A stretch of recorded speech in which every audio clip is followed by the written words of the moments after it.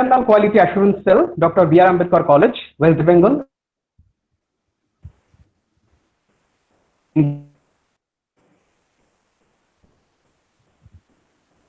Environmentalism, possible futures. As we already acknowledged that the imposition of COVID lockdown compels us to think about environmentalism in a new manner. The improvement of nature during the lockdown period makes us believe that Earth can be saved.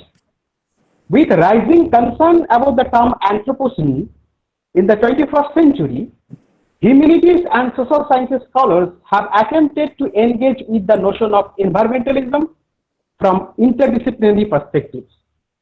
It has become clear that building awareness programs relating to environmental preservation cannot be adopted without engaging the humanities, which typically study the behavior, imagination, perception, and communication between human and the human-non-human exchanges.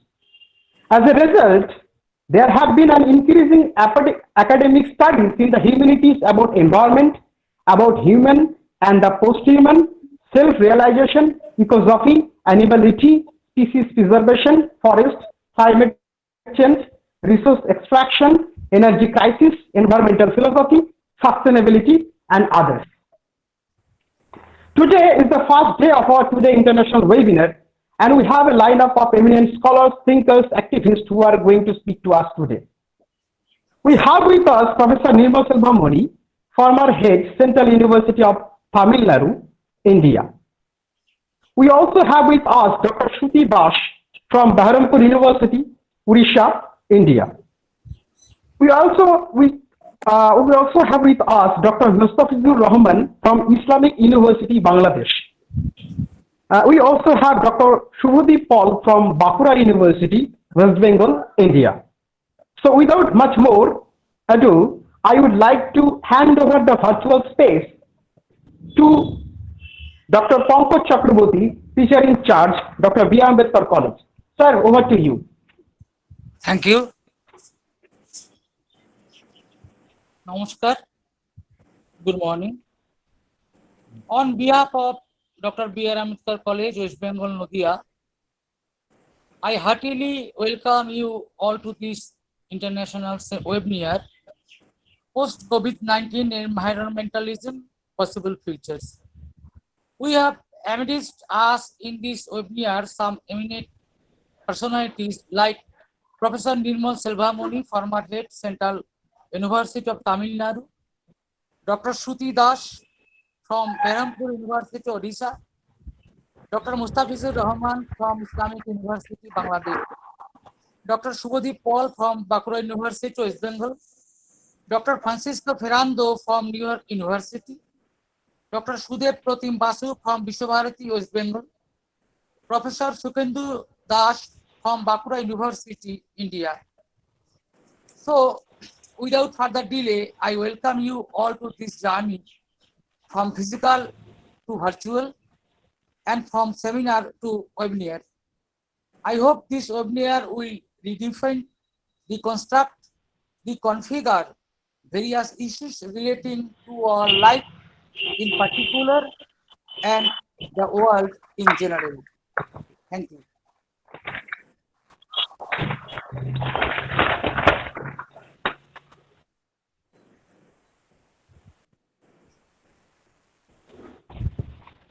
Thank you, Professor Pankaj Chakraborty. So, Shruti.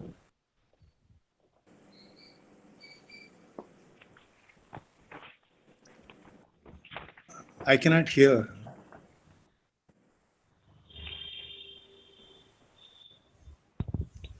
Thank you, Dr. Chakraborty, teacher in charge of Dr. B.R. Ambedkar College, and thank you, Bapin Malik, head of the Department of English, Dr. B.R. Ambedkar College.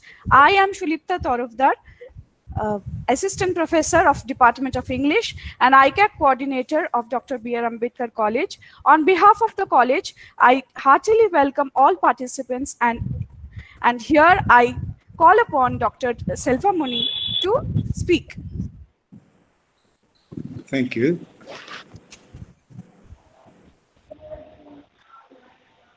My topic for this morning is Neo-Tine, Theory and Lifeway for the Post-COVID-19 World.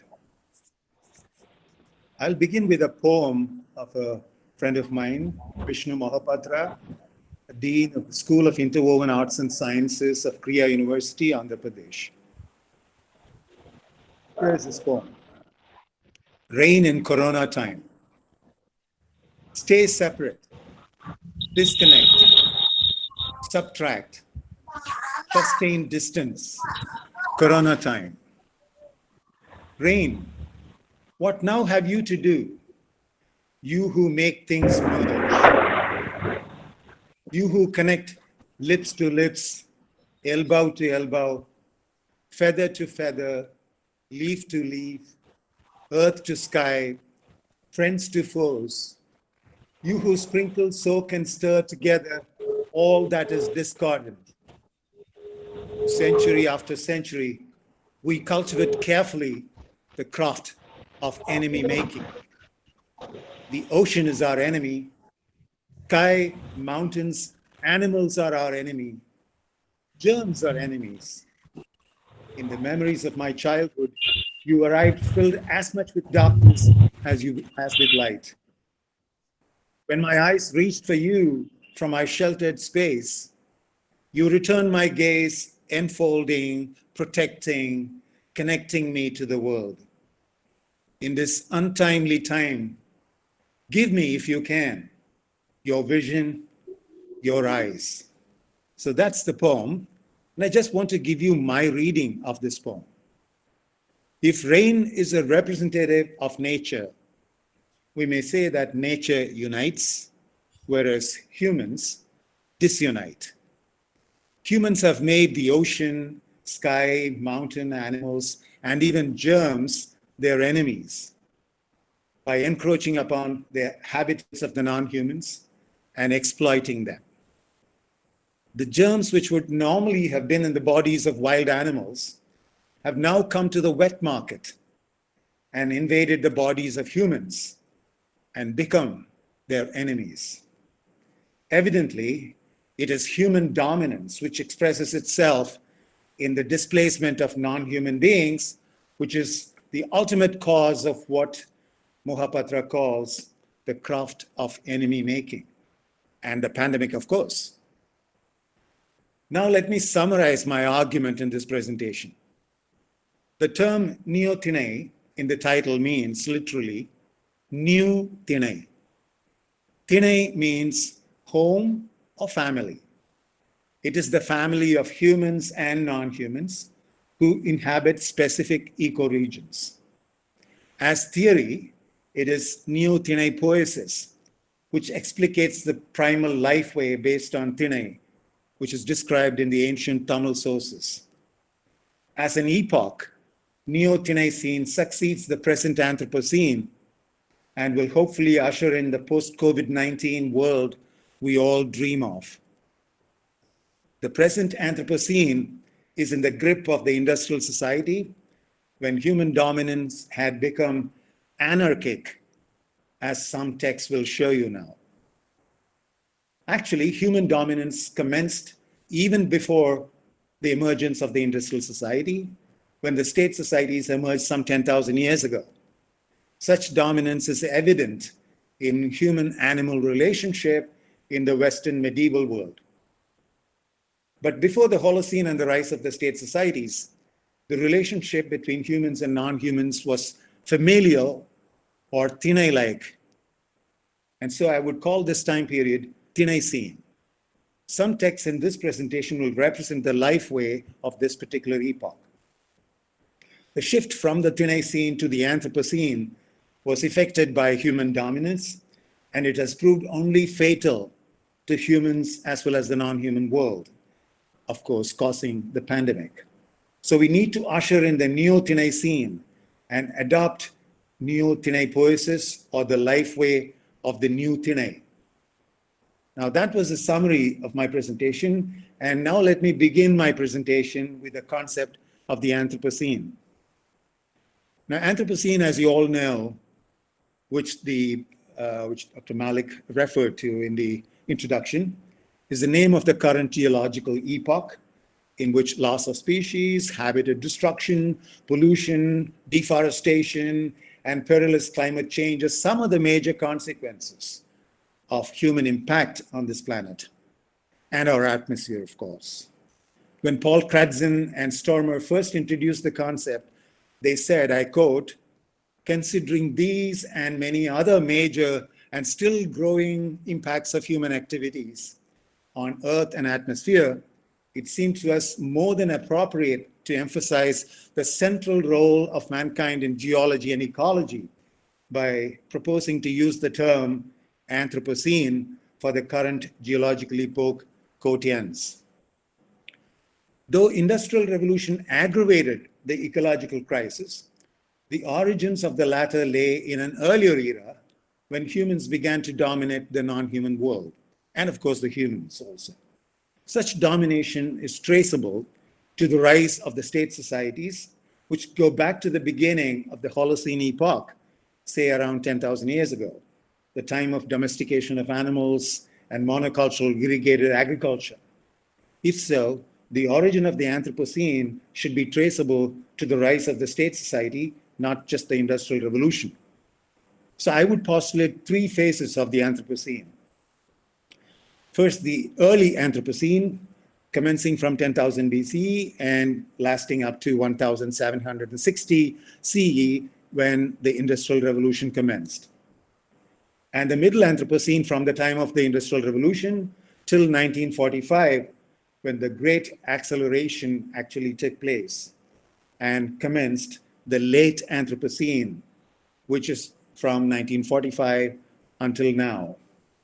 So these three phases ought to end, and that's our wish in this seminar, also web seminar, in order to usher in the post-COVID-19 world, which I would call the neo-Thinacene.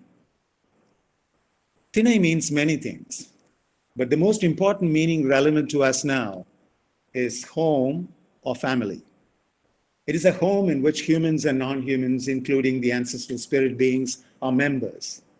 The Greek term oikos is a near equivalent, but it's not the same thing, mainly because Thinai home is based on stipulated ecoregions like the scrubland, the mountains, the riverine plains, and the seacoast.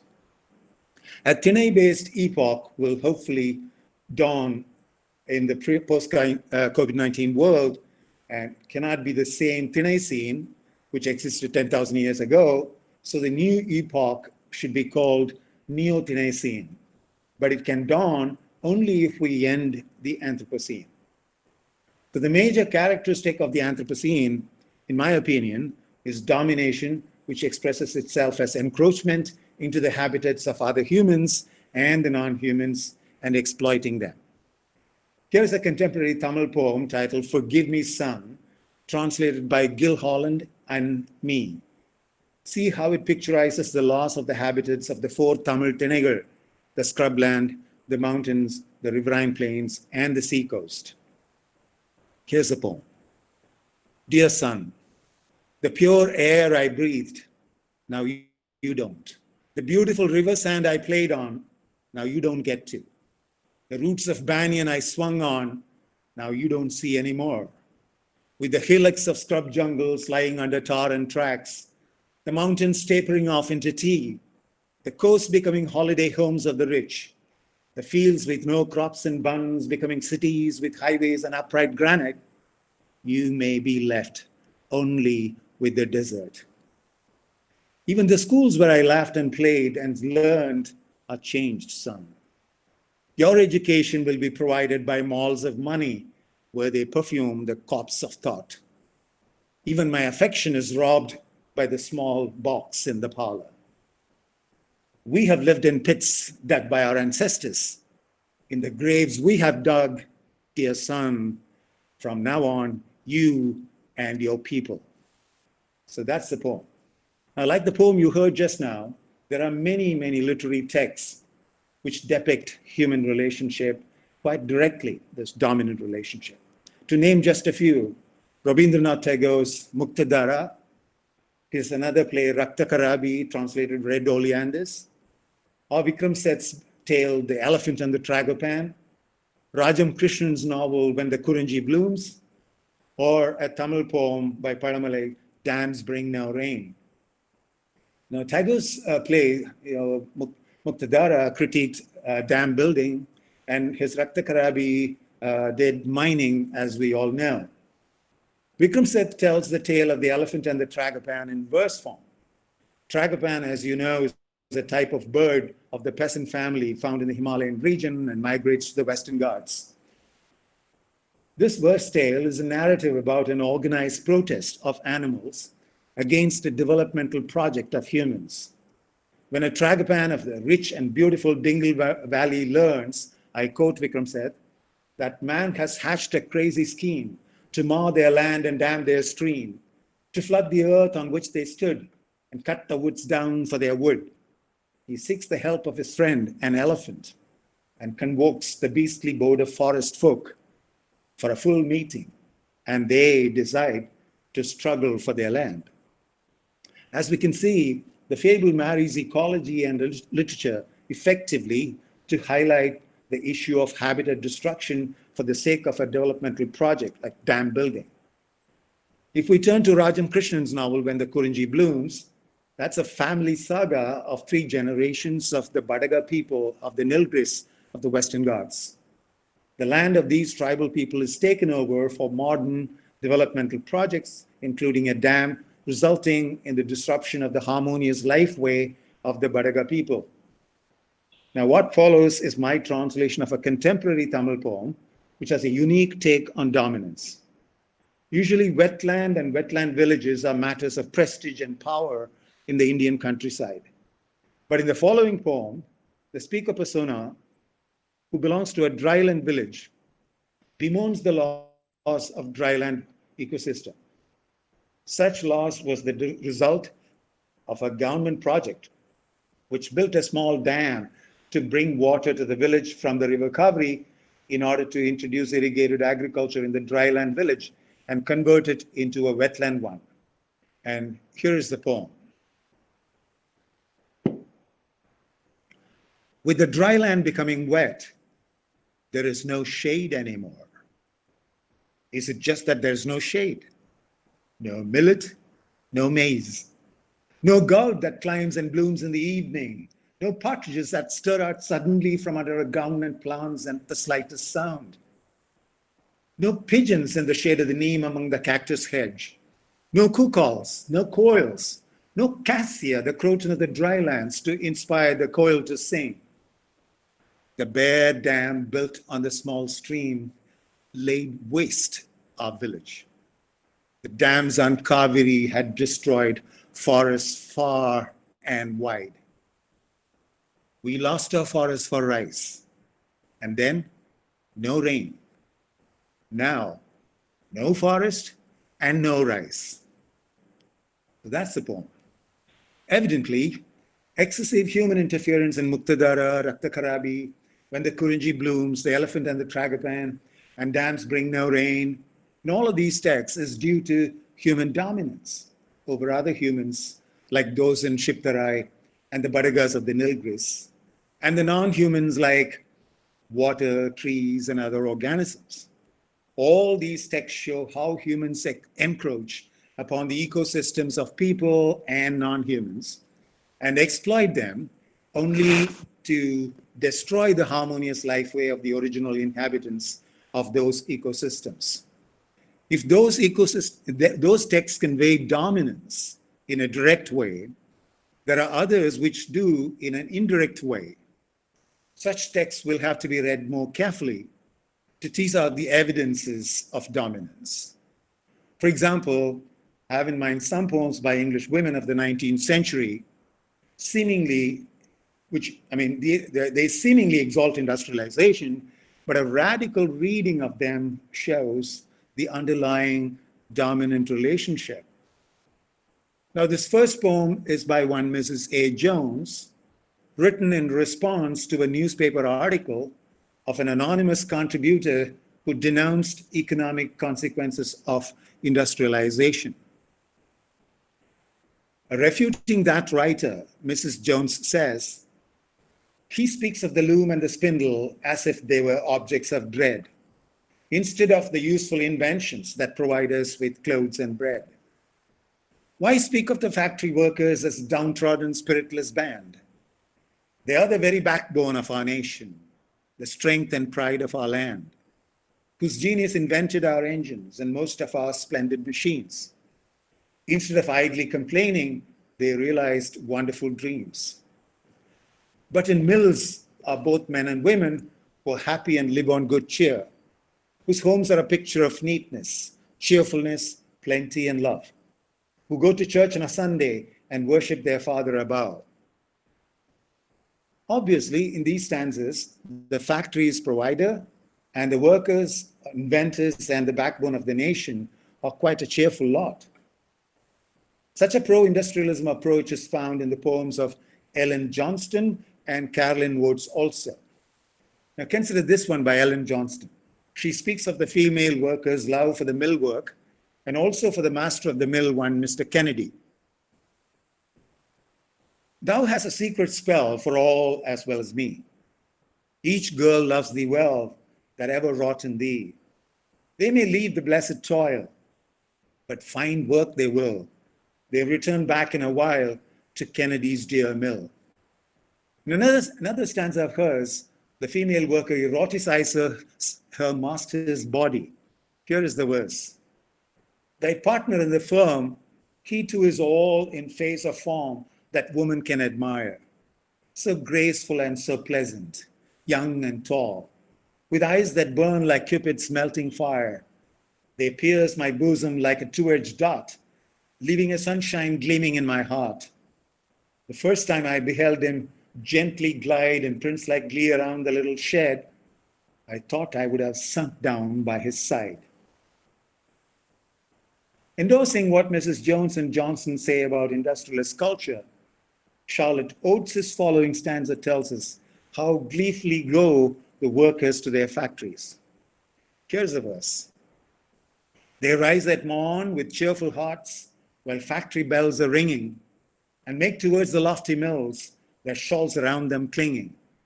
With dresses neat and clattering clogs, though wet and wild the weather, they trudge contentedly to work in joyous groups together.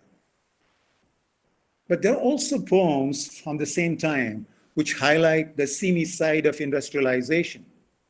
Here is a stanza by Elizabeth Barrett Browning, in which the children who work in the factory are terribly disturbed by the machines, and all these poor children can do is cry, cry, and cry. Now here's the verse. All day long, the wheels are droning, turning. The wind comes in our faces, till our hearts turn, our heads with pulses burning, and the walls turn in their places, turns the sky in the high window blank and reeling, turns the long light that droppeth down the wall, turns the black flies that crawl along the ceiling. All are turning all the day, and we with all. And all day the iron wheels are droning, and sometimes we could pray, O ye wheels, breaking out in a mad moaning, O stop, be silent for today. In a similar vein, here are a couple of stanzas from Caroline Norton. Ever a toiling child that make us sad, 'tis an unnatural and mournful sight. Because we feel their smile should be so glad, because we know their eyes should be so bright, what is it then when tasked beyond their might? They labor all day long for others' gain. Nay, trespass on the still and pleasant night, while uncompleted hours of toil remain. Poor little factory slaves, for you these lines complain. Another verse of hers, there the pale orphan whose unequal strength loads the incessant toil it must pursue, pines for the cool, sweet evening's twilight length, the sunny play hour and the morning's dew, owned with its cheerless life's monotonous hue. Bowed down and faint and stupefied it stands, each half-seen object reeling in its view, while its hot, trembling, languid little hands mechanically heed the taskmaster's commands.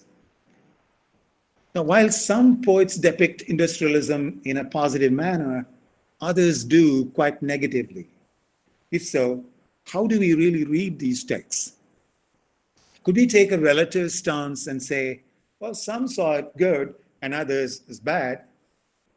Carolyn Norton's persona regards the workers as factory slaves, whereas another does as men who are and women who are happy and live on good cheer. One sees the factory owner as taskmaster, another sees him so graceful and so pleasant.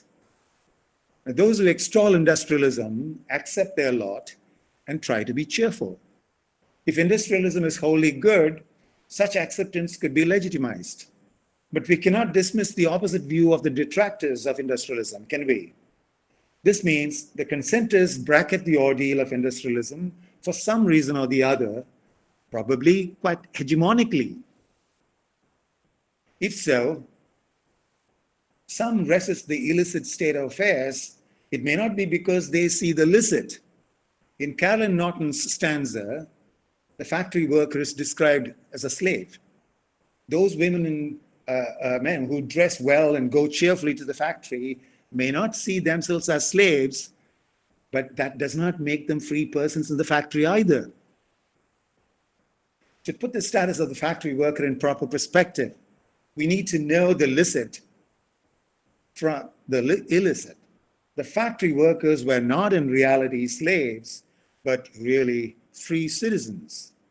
Only against the illicit status of freedom and free citizenry can we understand the illicit status of bondage in the factory.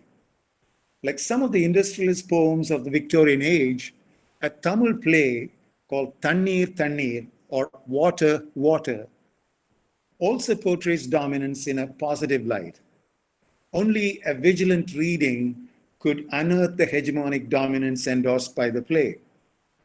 This play of Komal Swaminathan's was first performed in Chennai in 1980 and adapted for a film version by K. Balachandra.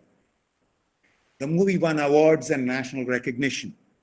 The play was translated into Hindi by Sanchayita Bhattacharya and into English by Subramaniam Shankar. The play is about a Tamil village called Attipatti, which reels in doubt. When Velachami, an escapee, decides to remain in the village in order to solve the problem of water scarcity, the villagers welcome the idea and under his leadership engage in a project of diverting water from another village 7 miles away from their own. The most intimidating hurdles to the project are posed by the government and its bureaucratic institutions. Velachami, the protagonist of the play, with the support of Vaidilingam, the only teacher in the village, mobilizes the villagers against all odds until the government bans the project officially. All hopes dashed, the villagers are left with no option but to flee the village. Meanwhile, Velachami succumbs to the vanquished project, crying, Tannir, Tannir, or water, water. Fired by a strong belief in human omnipotence, the protagonist tries to tame water quite unsuccessfully, though by digging a 7-mile-long channel in order to provide water to the drought-stricken village. Attipatti, Velachami, and to some extent the teacher, Vaidilingam, adopt what may be called the perspective of the Western Renaissance man, the strong belief in human omnipotence. According to Velachami, the protagonist, it should be possible to move even the mountain with the might of the muzzle, with one's own 2 bare hands. Evidently, it's a technological dominant approach that undergirds all river linking, river diversion projects in the country and also large dams. It is true that Velachami, the teacher, and the villagers participate in such a project based on a dominant relation between humans and the non-human world, particularly water, probably with very good intention. I might even say noble. However, the licitness of such water diversion project has to be seen against another type of relation between humans and water, which is not quite dominant in the play. When the water diversion project is about to be completed, the villagers had not assembled yet to open the sluice very ceremoniously. It is then that one Adekapan, a villager, who probably has tribal origins, exclaims, "Ah, my mother is about to gush forth, breaking the boulders. Shouldn't we celebrate it grandly? That is why I'm getting coconut, bananas, and incense. Our mother is going to leap out to give us a good life throughout the year." Belachami and the teacher do not see water the way Adekapan does, do they? The former's dominant relation to water is based on a rational approach to the non-human world, whereas Adekapan's is a familial, Tinay-like relation. Only when we read the seemingly benign water diversion project against the familial approach of Adekapan do we see how illicit the dominant approach is. Domination not only deprives the other its freedom to be what it is, but also encroaches upon its territory and exploits it. And a similar situation is the cause of the present pandemic also, I think. According to the United Nations Environment Program Frontiers 2016 report, deforestation and deprival of the non-humans of their rightful habitats have been the major anthropogenic causes of the Anthropocene, of which COVID-19 is also not an exemption.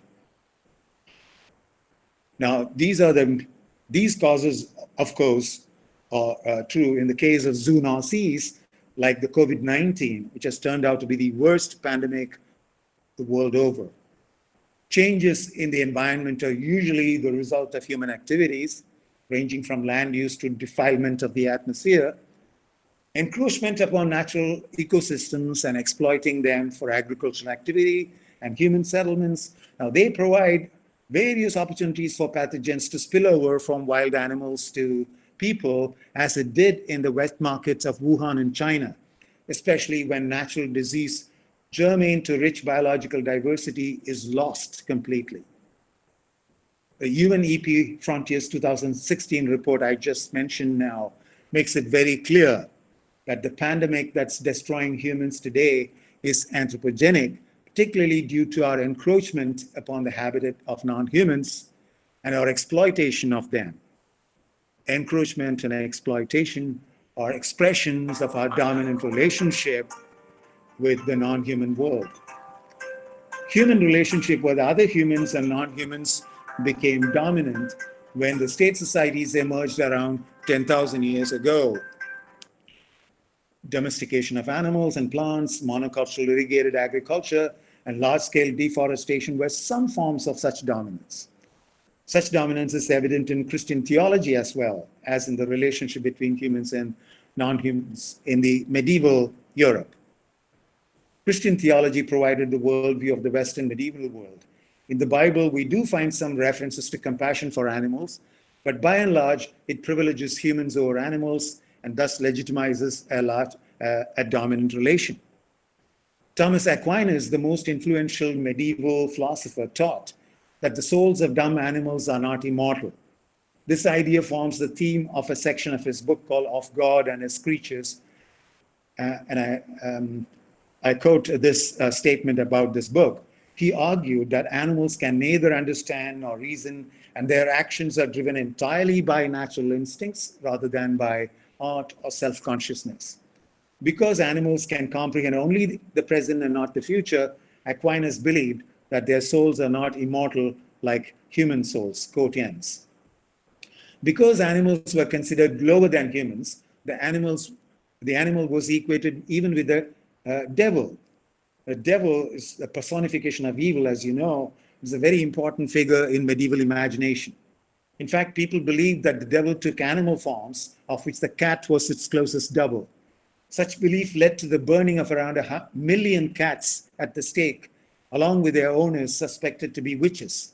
Such atrocity reportedly was the cause of the decline of the domestic cat population in Europe by the beginning of 14th century.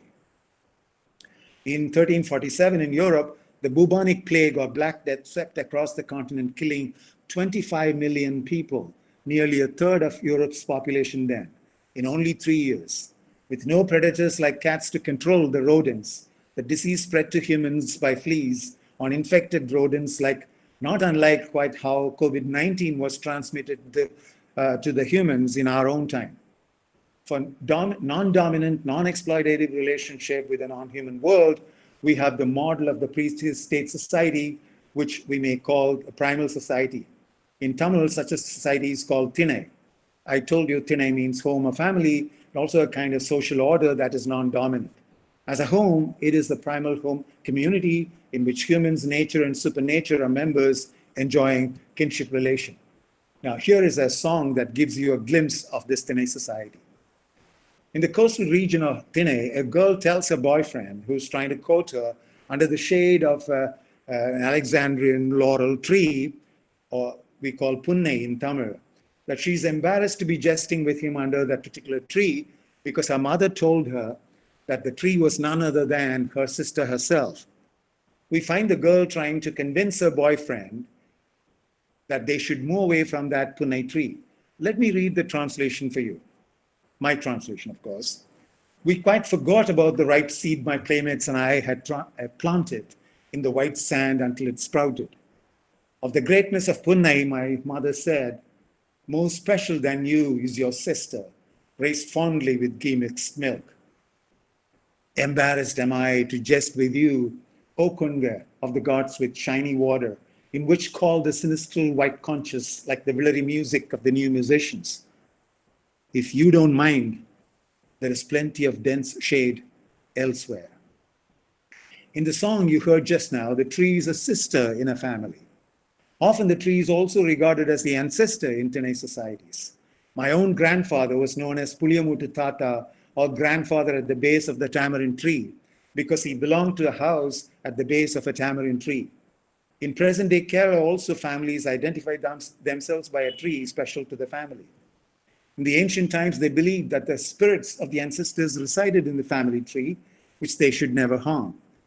And this is the origin of what ecologists call the sacred grove. As I'm speaking to you now, in the street behind my house in Chennai stands a neem tree, draped with sari and worshipped by some people. They do so because they see the tree as their mother. Though such a practice may be seen today as part of an institutional religion like Saivism or Vaishnavism, it is certainly a survival from the Tinai society, of which institutional religion was no part at all. In Tinai, the ancestral tree mother was only seen as a member of a particular family, not all families, and demonstrations of reverence for her were not religious rituals or rites. So the ancestral tree of Tinai should not be confused with tree worship as part of institutional religions like Hinduism. So to end the Anthropocene, we need to revive the Tinai scene. But the new epoch that supersedes the Holocene will have to be distinguished from the earlier Tinai scene. Therefore, we might call the post-Anthropocene epoch the Neo-Tinai scene. The new normal of the post-COVID-19 world has to be the Neo-Tinai scene. Ushering in the Neo-Tinai scene may not be easy as the present Anthropocenic world strangles the Tinai-like communities which struggle to exist somehow. While the developmental projects of the industrial society destroy the non-dominant Tinai social order, environmentalism also contributes to the perpetuation of the dominant relationship. This may sound very ironic and strange to you, but that's true. The word environment itself presupposes the centrality of the human. Cheryl Glotfelty calls this centrality anthropocentrism, but she goes ahead and defines eco-criticism in terms of this concept. Eco-criticism being the study of the relationship between literature and the physical environment. Now, environment, as Glotfelty herself points out, is both dualistic and anthropocentric. The former destroyed the primordial organic continuity of humans and non-humans, and the latter renders the relationship quite dominant. Now, as Lynn White pointed out, the current ecological crisis is due to dualism. If so, why does Glotfelty define eco-criticism in terms of environment? Now, Lynn White attributed dualism to Christian theology, but the concept of environment is based precisely on such dualism. Organism is a part of an oikos, a household. Its mate, young ones, the other organisms with which it stands in a symbiotic relationship, they all do not surround the organism as environment, but they are continuous with each other. The eco-critic Neil Abundant shows how anti-continuity expresses itself prominently in some organisms like the lichen and the Portuguese man of war. Both are single organisms, though, the lichen is both algal and fungal, and Portuguese man of war is actually a colony, but they are just single organisms. Now, about the human, Abundant says, I quote, apparently, the mitochondria move into their cells like colonists and continue their separate existence within us. Now, what does that make man? Do we also merit colonial status? This raises the fundamental question about reality. Where do you draw the line between one creature and another? Where does one organism stop and another begin? Is there even a boundary between you and the non-living world? How, in short, can you make any sense out of the concept of man as a discrete entity? How can the proper study of man be man if it is impossible for man to exist out of context? For the ecologists, then, the desire of some in the humanities to deal only with a fragment of reality they term human is nonsense. In Abundant's language, the concept of environment is based on the nonsensical idea that the organism is a discrete entity surrounded by biotic and abiotic entities. If at all there is a new normal, it should be one which abandons the environment-based definition of eco-criticism propounded by Glotfelty and propagated by the United States of America and other nations, and faithfully adopted by several countries all over the world, as well as India. As evident in the very title of this particular web seminar, Post-COVID-19 Environmentalism, Possible Futures. Why environmentalism? The new normal should embrace the definition that regards eco-criticism as criticism of the oikos aktine, which is the household of humans and non-humans. If not, Glotfeltian eco-criticism will only reinforce the dominant relationship, which in turn will lead to what Vishnu Mahapatra called the craft of enemy making, habitat destruction, and produce worse pandemics and perpetuate the Anthropocene, which none of us want. Ending the Anthropocene is not only a political, economic project, but also an aesthetic one, because art reflects, reinforces, and even creates new value systems, which in turn make possible a particular kind of political economy, dominant or non-dominant. So ending the Anthropocene in literary praxis calls for reading the Anthropocenic texts critically in order to affirm and promote the non-dominant Neo-Tine lifeway. Thank you very much. Thank you. Thank you so much, Professor Nirmal Salwaman for this wonderful presentation. Professor Salwaman has talked. There is some interruption in hegemonic the sound. dominance, human omnipotence.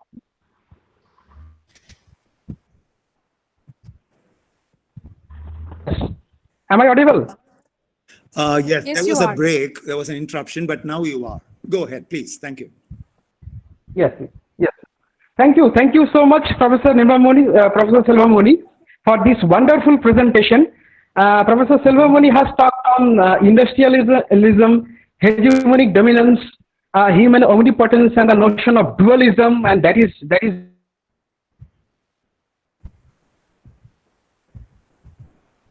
Oh, something is going wrong.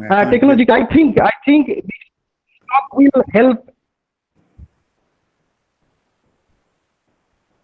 everyone to think, to reconstruct our way of thinking to nature. Thank you so much. And now the session is open for discussion. I am requesting the participants to put your question in the chat box so that we can forward the. Okay. Yeah. I will be back in 2 minutes. Just give me 2 minutes. Have any observation? You have any Just 2 Can minutes. I ask Thank a you. question, or shall I write it down on chat box? Yes, you can, sir. Yes, Professor Salwaman is not present here. He will come. Okay.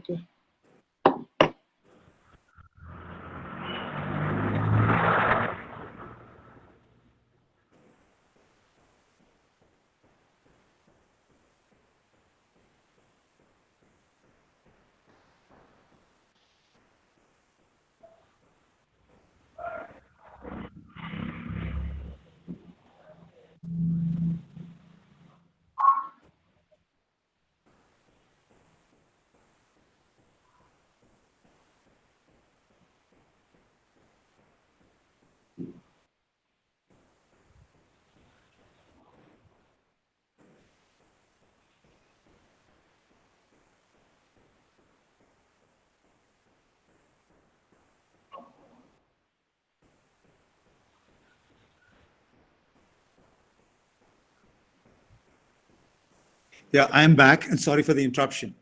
Yes, sir. Professor Salwaman, thank you for your stimulating lecture. It's very provocative, I think. I have a question. You have mentioned that, the ecological, the rise of modern states aggravated, this ecological crisis. So, how do you, explain this? Okay. Thank you very much for the question. Now, as I told you in my presentation, the state societies coincide with the domestication of animals, with monocultural irrigated agriculture, and all of this involved large-scale deforestation. So, the industrial age is a little different from, the start point of the state societies, of course. But then, the industrial revolution only intensified the kind of, human domination which began with the rise of the state society. That was the point. We are looking at the origin of the human dominance in our relationship with the humans and non-humans. Now, that, in my view, commences with the rise of the state societies, not just in later time. All of these things, domestication of animals, irrigated monocultural agriculture, all of these are expressions of this encroachment and exploitation and dominance of nature, if you agree. Good morning, sir. Sir, am I audible? Yes, I cannot see any, but I can hear you. Okay. So my question is that would you like to comment on the effects of veganism on the present environment? Veganism? Veganism. Oh, okay. My daughter is one.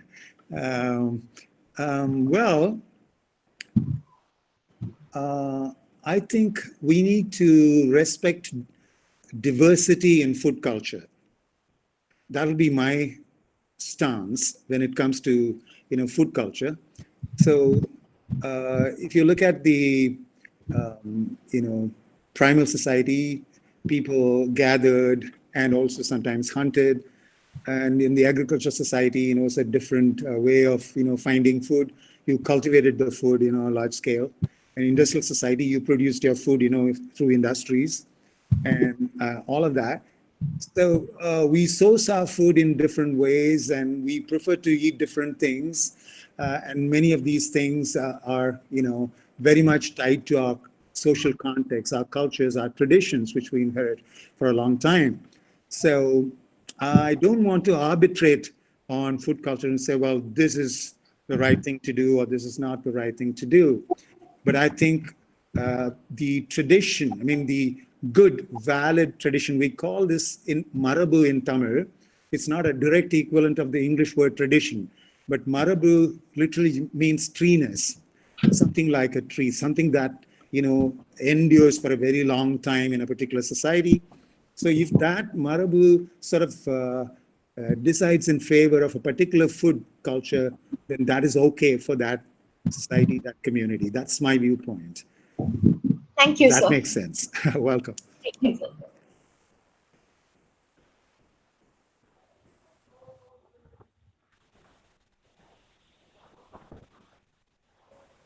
Thank you once again.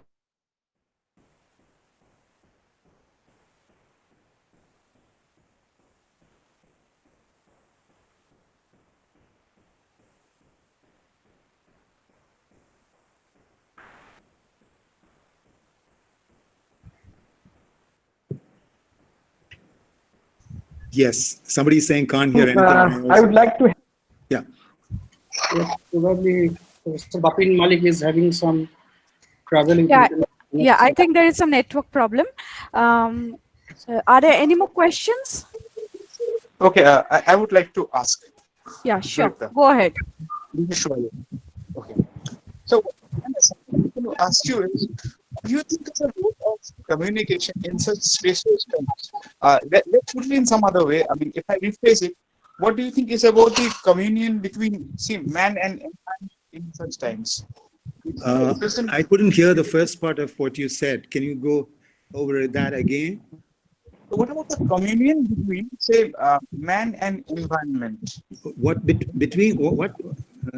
Between man and environment, or let's put it in a simple way, man and nature, in spaceful types. I missed your first word. Sorry. I said He communion said, what is between. the Communion. Okay. Absolutely, sir. Yes. Yeah. Go ahead. he's asking about communion between man and environment. Okay. So in such Is that the question? Yeah. how do we cope up with it? Now, if you listen to me carefully, I was telling you that I don't want to use the word environment at all. I'm very anti-environment. I mean, I didn't like the word in the title of your web seminar itself, and I made a comment on that if you listen to me carefully. I think that's a wrong word in eco-criticism. So would you like to rephrase that question for me now? Because I don't think there is anything like environment around me. Nature in space of environment. Right. Yeah. Okay. That makes sense. Okay. No, so, I love nature also. I like you also. I'm more interested in using the word nature. Fine. That makes sense. So that was my whole presentation was about that. I was telling you how, in the primal society before the Anthropocene started, the relationship was kinship. It was an entirely different kind of relationship and a non-dominant relationship, and how it all turned dominant, with the Anthropocene. So that is how, this relationship between us, not only with nature, but also with other humans, which is what Dr. Ambedkar,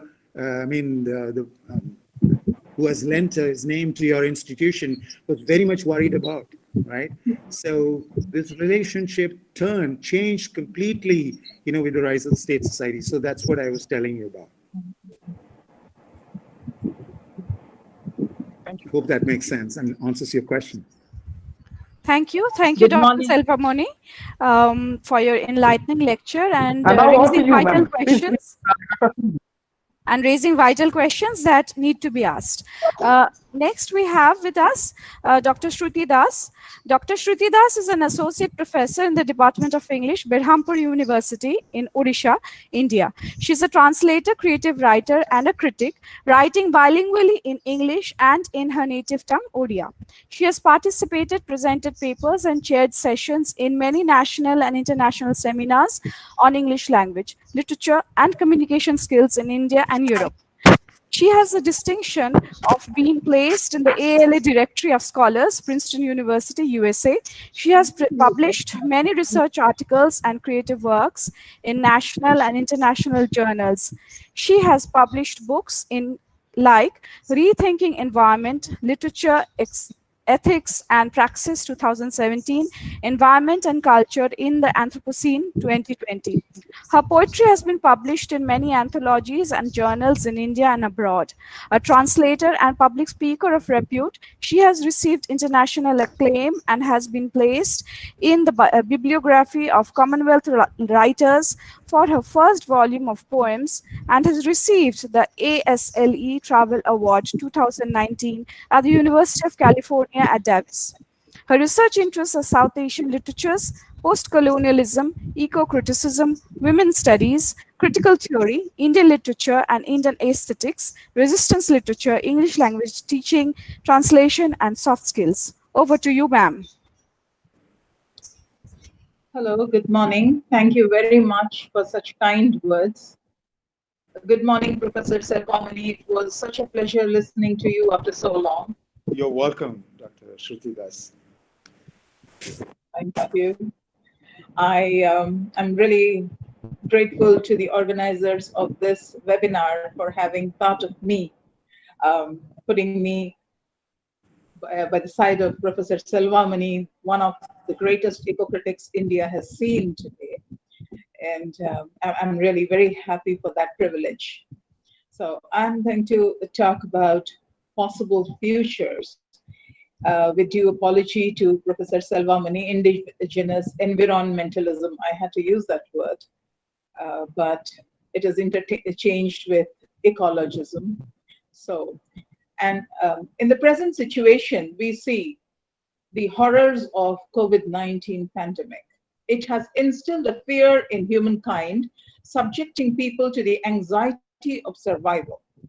In the new normal, under lockdowns and social distancing, people are thinking of possible futures. What is there for us tomorrow? On the one hand, people are witnessing nature's healing herself, and on the other, they are baffled by the virus and unnatural rains and floods in many parts of the world. So this brings us to the point where we need to ponder about our environment, both human and non-human. So environmentalism is one of the recent ideological movements that gained currency in the 1960s. It believes that dangers to the environment can be tackled within the existing political, economic, and cultural order.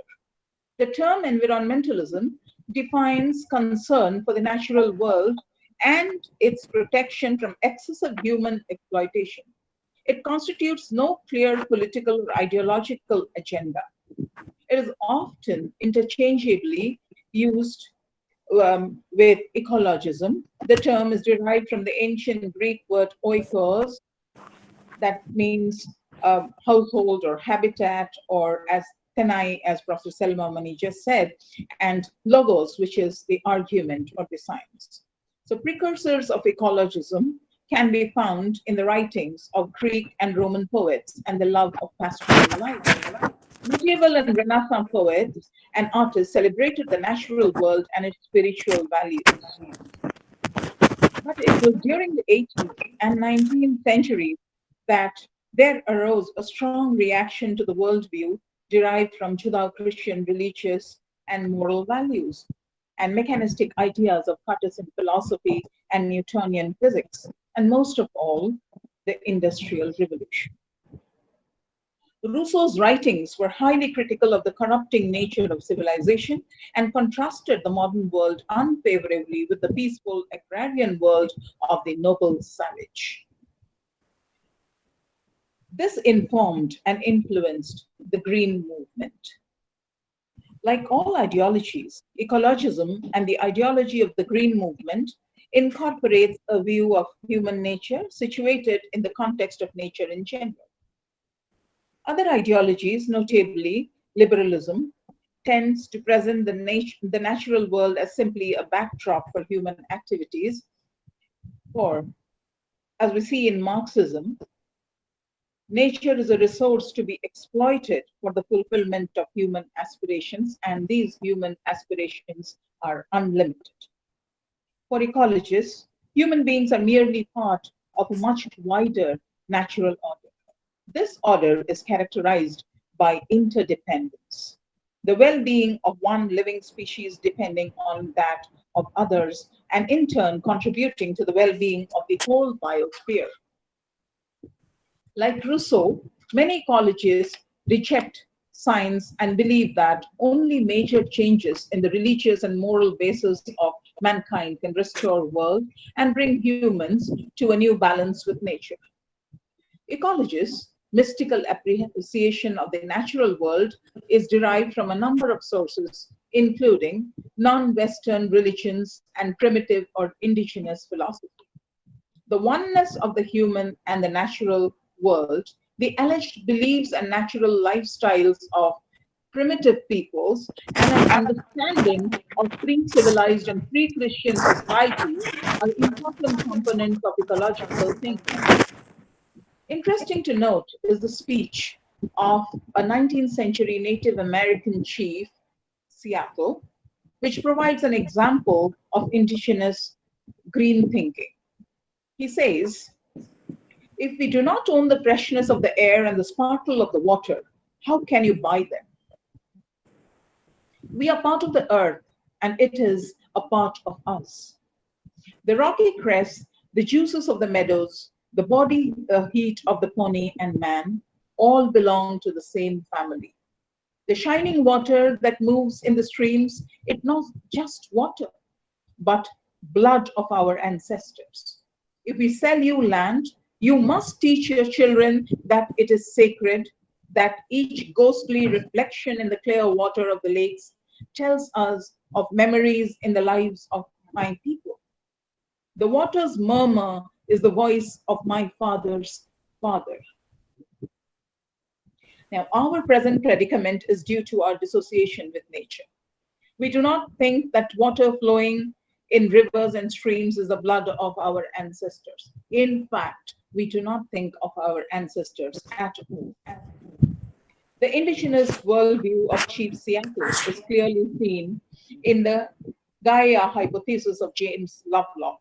In Gaia, A New Look at Life on Earth in 1979, and in The Ages of Gaia, a biography of a living Earth in 1989, Lovelock argued that the Earth was kept habitable for living things by the interaction of innumerable biological systems, both of human and non-human. Life itself made life possible by a built-in self-correcting mechanism, which automatically took account of changes in the environment and made appropriate adjustments. Thus, although the temperature of the Earth had varied considerably over time, the atmosphere was kept breathable by compensating processes among living creatures. Green politics believes that all life on Earth constituted a sort of single living organism endowed with consciousness and will. It also claimed that the present economic, political, and social system was destroying the subtle interactions that preserve life on planet Earth, with potentially catastrophic consequences. COVID-19 pandemic can be one such example. Here it is pertinent to recall Clive Ponting's observation in his book, A Green History of the World in 1991. He says, after 10,000 years of settled societies and only 200 years of substantial industrialization, human activities and the pollution they generate threaten irreversible changes on an unprecedented scale to the world's climate. This is very, very important to note. So, climate change seldom acts in isolation, but interacts with other environmental and social factors, says the Secretariat of UN Permanent Forum on Indigenous Issues in 2007. It is one of the greatest environmental threats facing the world today. It impacts food production and security, sustained water supply, biodiversity of forest and other natural ecosystems, human health, and settlements, of course. Climate change impacts those people who can least cope with it, as they live in the high-risk areas with very low capacity in terms of infrastructure and governmental policies to deal with such situations. Here, I'm going to focus on two indigenous groups, one from a developed nation, the First Nations, that is Canada, and the other from a third world nation, that is India. So the predicament of all the indigenous people who have low capacity and are at high risk when we have climate change, they are absolutely universal. And so the Aboriginal people of Canada, like all indigenous people, are resource dependent, and their communities more vulnerable to climate changes, which are magnified in the Arctic. Lemon and other environmentalists comment that Northern Canada will gradually find maintaining and protecting aspects of traditional and subsistence ways of life more difficult. These people will face greater challenges in coping with climate changes with their limited financial resources, health problems, and difficulty in assessing technology and in institutional services due to poor infrastructural development. Like the First Nations people living in the north of Canada, the people living in the northeast of India largely depend on natural resources for their livelihood and are vulnerable to climate variability and climate change. N.H. Ravindranath and others cite World Bank's World Development Report and argue that the degraded ecosystems and natural resources in South Asia are more vulnerable to climate change than in any other region. They say, I quote, further, the poorest people are the most vulnerable to adverse impacts of climate change because they often reside in high exposure areas and also have low adaptive capacity to cope with climate risks. The climate and war refugees are cases in point. Both the indigenous peoples of Canada and India have been subjected to the oppressive nature of colonization. The impact has had such ramification that whole cultures have either been reconstructed or been lost forever. The Australian feminist Val Plumwood, in her book, Feminism and the Mastery of Nature, which was published in 1993, synthesizes various ecofeminist theories and describes how oppressive systems function to construct a false identity for the dominant group, which is the modern myth of development. This is formed through a series of operations: hyperseparation, backgrounding, incorporation, homogenization, and instrumentalization. It helps in colonization-inducing consumerism, exploitation, climate change, famine, and disaster. It is an accepted fact that while the world's wealthiest nations produce the problem of climate change, it is disproportionately suffered by the world's poorest, particularly the indigenous people. The vulnerability and the environmental security of these people are hugely affected by globalization, and issues in this area have become areas of frontline research today. Here, I shall, for the first time ever, analyze the vulnerability and environmental security of indigenous people of North Canada and Nagaland in the northeast of India taken together. As cases in point, I shall look at two important representative novels, one from Canada written by Thomas King, which is Green Grass Running Water, was published in 1993, and one written by a Naga, Eastern Kire, the son of the thunder cloud, which was published in 2016. Now, ordinary language would be inadequate to articulate complex and politically colored situations. Therefore, myths and metaphors which cannot be evaluated in terms of truth conditions are often used by writers to throw light on the vital problem of anthropogenic climate change and Earth's ecological distress. Susanna Priest holds that climate change is something of a communication emergency.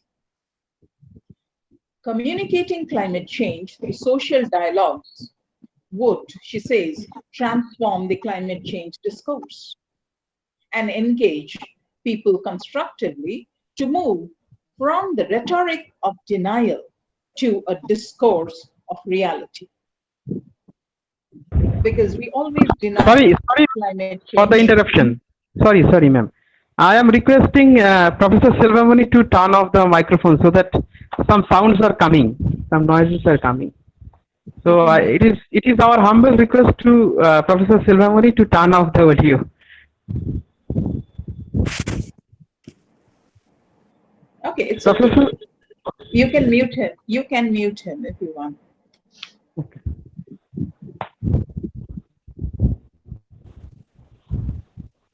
Shall I carry Okay, on? ma'am. Please. Thank you so much. So we were talking about communication emergency in the time of climate change. Most countries, they are in a state of denial. They do not talk about the discourse of reality, what is going to happen, because if they speak about the reality and they do not deny the reality of climate change and what are the possible futures if we do not check climate change, then they will lose a lot in dollars. So now, Joanna Smith, in her article published in The Star on 12 March 2016, says that the Canadian government has finally come to accept that the indigenous people also possess a wealth of traditional ecological knowledge through oral histories, hunting and fishing patterns and other observations that come from calling a place home for millennia, that can document the effects of the changing climate and perhaps offer solutions to how to better protect it. So they have finally come to accept that indigenous people have a wealth of traditional ecological knowledge.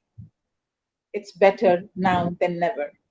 So Smith quotes Jennifer Galloway, a federal research scientist in the Calgary Office of Geological Survey of Canada, as saying that, I quote them, "It's a way to calibrate our Western scientific reconstructions of past climate against the oral histories that are provided by these First Nations groups in the Northwest Territories."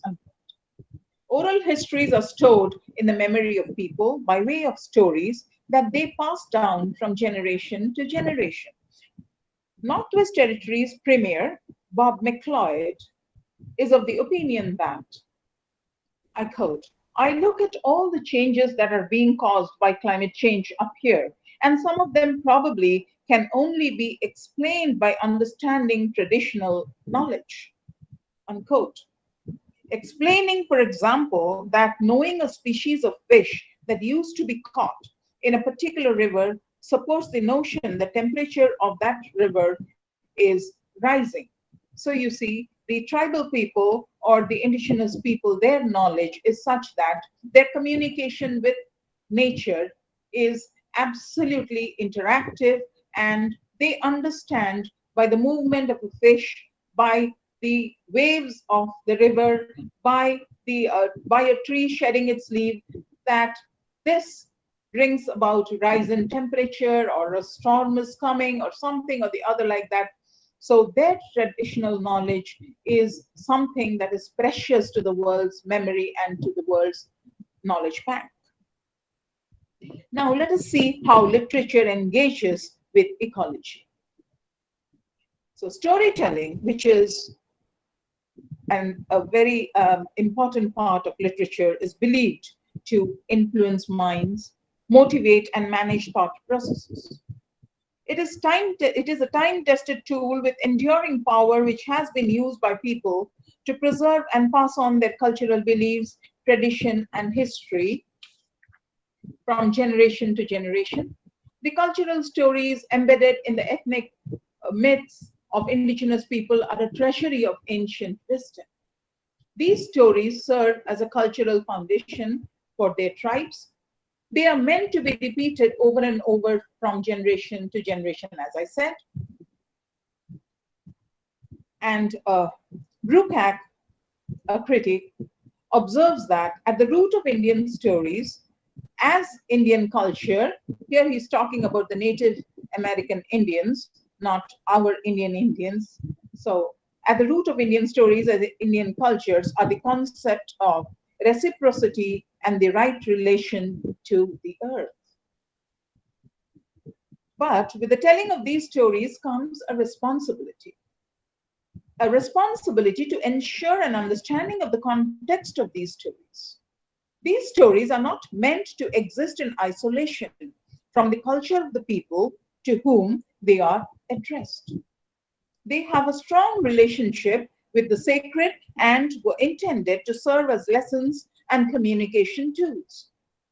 Storytelling and revival of ethnic myths have been used in Green Grass Running Water and Son of the Thunder Cloud towards the pursuit of environmental sustainability.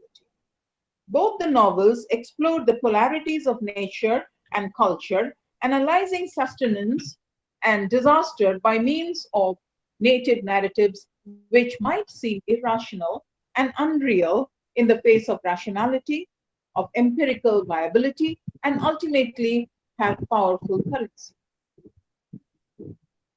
So, but these stories, though they may not seem rational, they may seem fantastic, they may seem imagined, but they have very powerful currency, and we should heed them if we want a future which is full of possibilities. The narrative of Son of the Thunder Cloud explores the Naga spiritual universe, basing upon the folk tales and the Angami belief system. The constructed identity of opulence is shattered as nature retaliates with famine and death, and the community is stripped of its sustainability. The protagonist, Pele, leaves his own village in search of water and food. He undertakes a journey in search of sustainability. His journey leads him to a drought-affected, abandoned village, where he meets two sisters who were 400 years old and had been living on hope.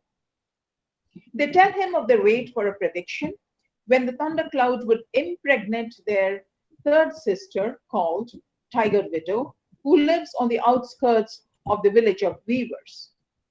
This sister, Misaneo, would then give birth to a son who would be an agent of environmental resplendence. He would kill the tiger and bring salvation and regenerate the land to its fruitfulness once again. The tiger is a trickster.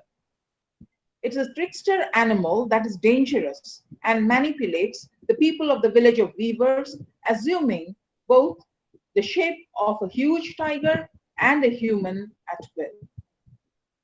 The tiger is portrayed in the image of a colonizer, intimidating, demanding, and oppressive, an instrument of exploitation.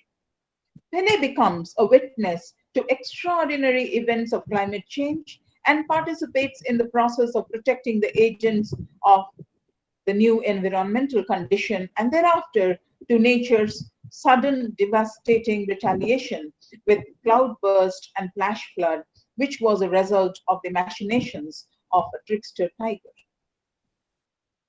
Now, in the story of Thomas King, Green Grass, Running Water, so here, King narrates with multiple threads the experience of dissociation and association with nature and stories of origin and creation of the First Nations people, which subtly express concerns of environmental sustainability. The trickster who dominates the minds of the believing people is a coyote. Though a comic figure by definition, the coyote appears as one of the refrains in the text to underscore the exploitation of the Christian god of the first woman and the presence of 4 ancient wise men of Blackfoot tribe. King's narrative pays particular attention to waters and floods that are fundamental to many of the world's creation stories. The coyote's story works as an interlude in the narration.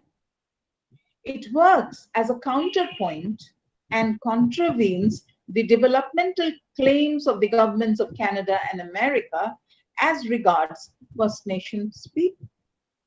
The water imagery becomes a recurrent motif.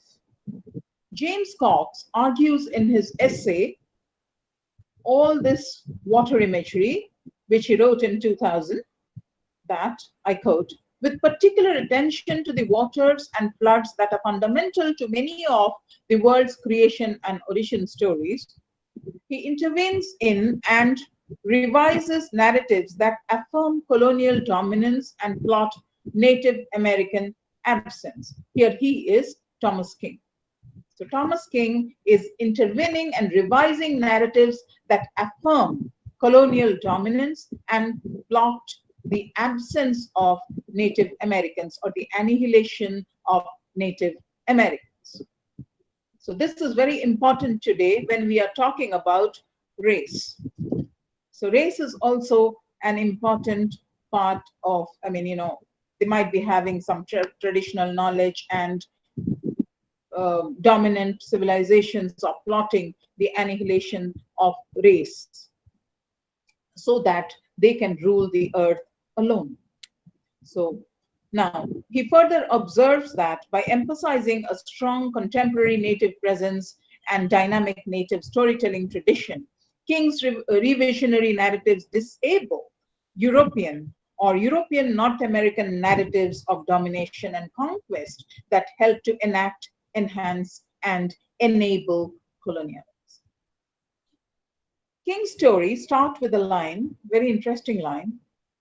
So, in the beginning, there was nothing, just water, unquote. So water appears throughout the narrative, like in Kire's story, functions as a fluid symbol of creation and destruction. Water is not a threatening force that needs to be controlled and contained by any government or a treaty or a dam for that matter. Eli, a member of the Blackfoot community, gives up his job as a professor in Toronto and returns to the reserve after his mother's death. He sees the precarious condition of his mother's hut. Not only the precarious condition, but the precarious place in which the hut is situated. He is constantly asked to displace himself from his own home so that the construction of the dam could be facilitated. Eli recognizes the dangers of building a dam on the river, which not only violates the Canadian government's treaty with the First Nations, but also would be instrumental in natural disaster, not being in the line of the original plan.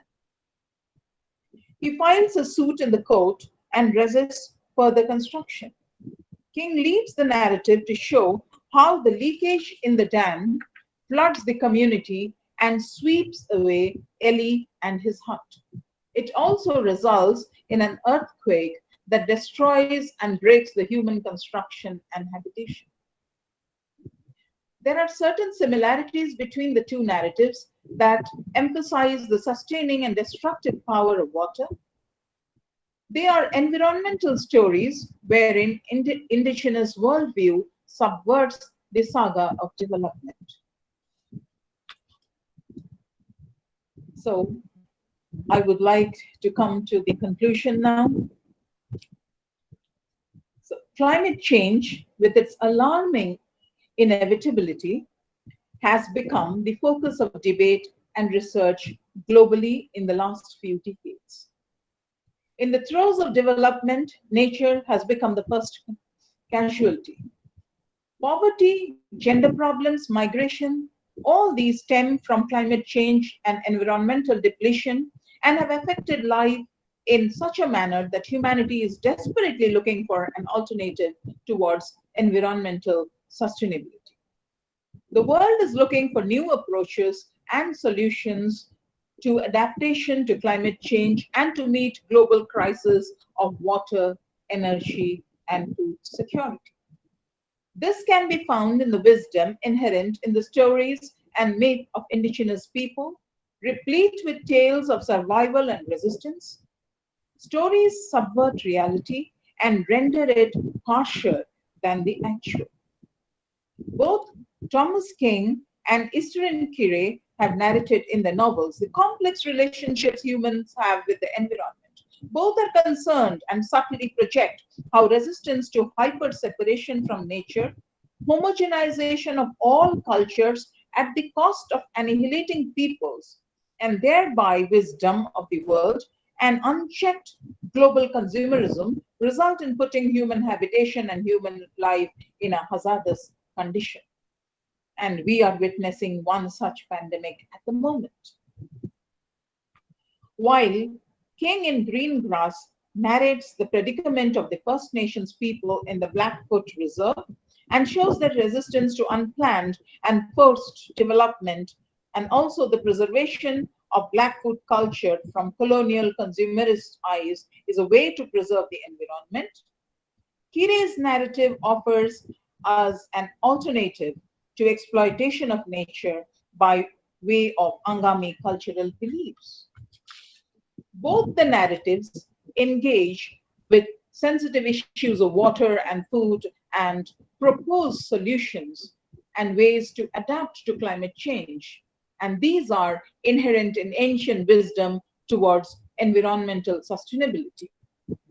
We cannot reverse the current situation, so we need to adapt to it and find possible solutions for a better life. So hence it is necessary to adapt indigenous environmentalism and to extend storytelling from its confines in oral and printed literature to the discourse of the developmental thinkers and global policy makers in order to awaken them to engage seriously and constructively with sustainability and climate change issues. I would like to conclude with a stanza from Inversnade, which is a poem written by Gerard Manley Hopkins in 1881. So it reads, "What would the world be once bereft of wet and of wildness? What would the world be once bereft of wet and of wildness? Let them be left. Oh, let them be left. Wildness and wet. Long live the weeds and the wildness yet." So this poet, way back in 1881, was imploring, requesting everybody to leave it. Let the weeds and the wildness be where they are. Don't be so greedy that you will make the world bereft of the wet and the wild. Thank you very much for the patient hearing. Thank you so much. Thank you, Dr. Shruti Das. Dr. Shruti Das has pointed out the very notion of storytelling.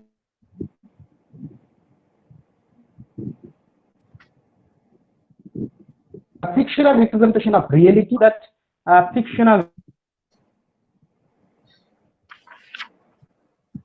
How can we achieve that kind of situation where there will be no such kind of division between nature? Thank you so much, Dr. Shruti Das.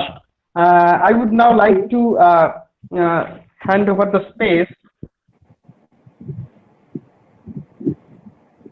to our next Professor Mustaq Rahmar from Islamic University, Bangladesh, and definitely I would like to request everyone to put your question to the Telegram group, to the WhatsApp group, and also at the end of Mustaq Rahman's deliberation, then we will come to the question and answer session.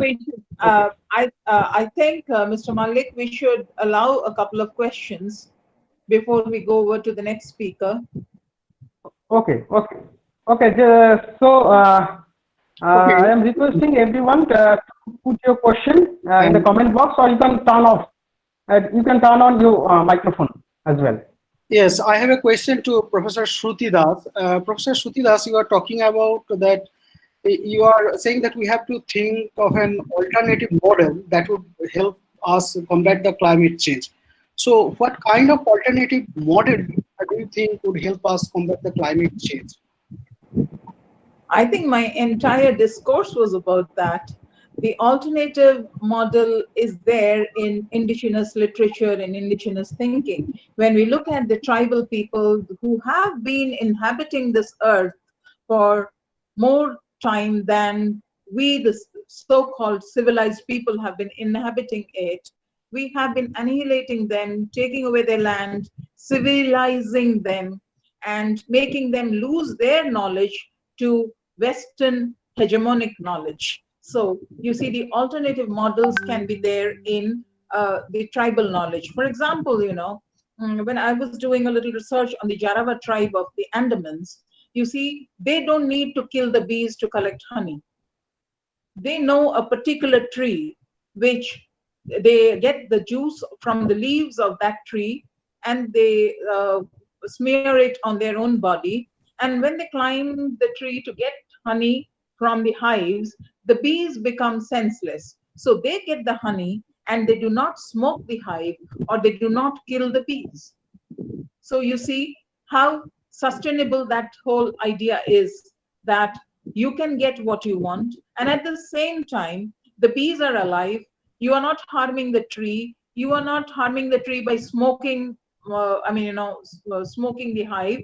You are not doing any harm, but you are getting whatever you want. So it is a communication. It is a kind of, it's a kind of interdependence. It's a kind of sustainability. You be happy, I be happy, that kind of a thing. But my question is, don't you think that the capitalist world order or the capitalist mode of production is responsible for this climate change? So, That is what I have been saying. That is what I have been saying, because the capitalist world, what did King say? Thomas King's whole thing was about capitalism. Because of the capitalist world, the government gives a plan, and they do not consider the First Nations people or the indigenous people or the poor people.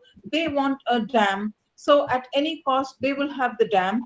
Doesn't matter if there is an earthquake and civilizations are washed off. It doesn't matter if others die. It is an economy of the capitalists. And they are the colonizers. The neo-colonizers are, or the neo-imperialist are the capitalists. Capitalist economy is destroying the world, and that started with the Industrial Revolution in the 18th century. Yes, thank you. But I think that you are talking about that we have to go back to the, indigenous ways of life. But I think that this. I am not saying you're getting me wrong. I'm not saying we are going to go back to the indigenous way of life. We are going to go back to the indigenous way of thinking, which we are doing at the moment in the lockdowns and the shutdowns, because they don't go out at night. They are restricted at night. They have a very simple living, and we are doing pretty well since March 2020. We are doing very well. We are happy. We are staying with our families. We are we are not missing anything. But are we missing anything? So that is the alternative. Be simple. Don't crave for things. We don't want, we are not going to malls. We are not going to movies. We are not going to all those kinds of things. We are reading books. We are looking at nature. We are healing inside. We are introspecting. We are healing inside. But don't you think that it's an utopian idea? Because we are doing this during this emergency period. This cannot be the normal, right? Well, this is a new normal. That is what everyone is saying. We cannot do it is in our mind. If we can do it, that is the possible future. If we can do it, then we can at least, if not reverse climate change, we can at least keep it at what it is at the moment. When you say that we cannot do this, did you notice how Ganga was cleaned? Did you notice how Himalaya was visible from both Jalandhar and I think from one of the stations in North Bengal? So you see, it is the pollution. You see how people in Delhi are breathing freely. So you see, there was also unprecedented production of wheat in Punjab, which had not happened in so many years. They could get I think some million metric tons more from what they usually got because there was no pollution. So you see, you get food, you get everything, you get your own lifestyle, but we are in a race, capitalist race. So the whole thing is to slow the race. Thank you, Professor. You're welcome.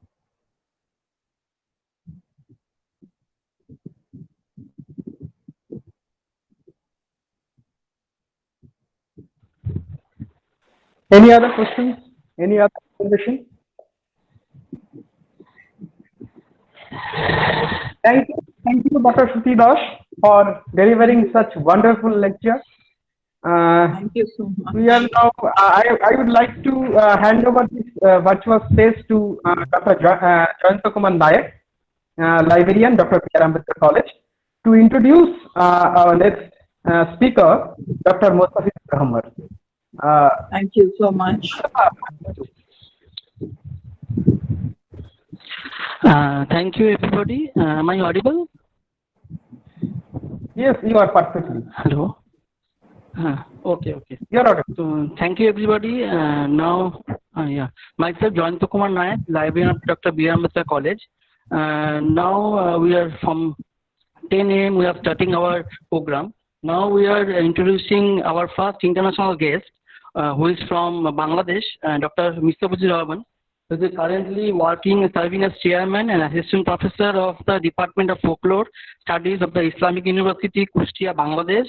He is also a member of the Academic Council and of the Faculty of Social Sciences of the Research University and visiting professor of Nobel International University, USA. Prior to this, he was a consultant for news and assignment editor of a popular Bengali television network in the country of Boisakhi Television. Boisakhi Television from 2010 to 2019.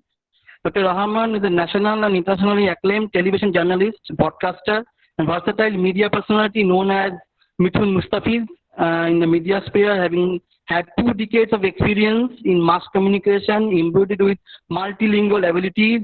He is editor of the reputed Bengali national newspaper, the Daily Bangladesh Shomoy, and global affairs editors of Channel 52 television based in USA. Dr. Rahman was honored by the City of Peterson Award in New Jersey, USA in 2016 for his outstanding contribution to the international media through reporting against terrorism, militancy, and religious extremism. Dr. Mustafiz Rahman is Digital Media Advisor of International Consortium for Social Development, ICSD Australia. He is also an international member of Amnesty International UK. He was the founder president of News Broadcaster Association of Bangladesh, NBA. Dr. Rahman has authored several books on ethnic communities in Bangladesh. He has achieved PhD in ethnocultural studies. His area of research interest includes Bangladesh ethnocultural diversity, communications, volcanism, folklore, and socio-environmental issues. So what I have told is that he's a very long biodata, and he's very close to us. Dr. Mustafiz, welcome you, and it's over to you, sir.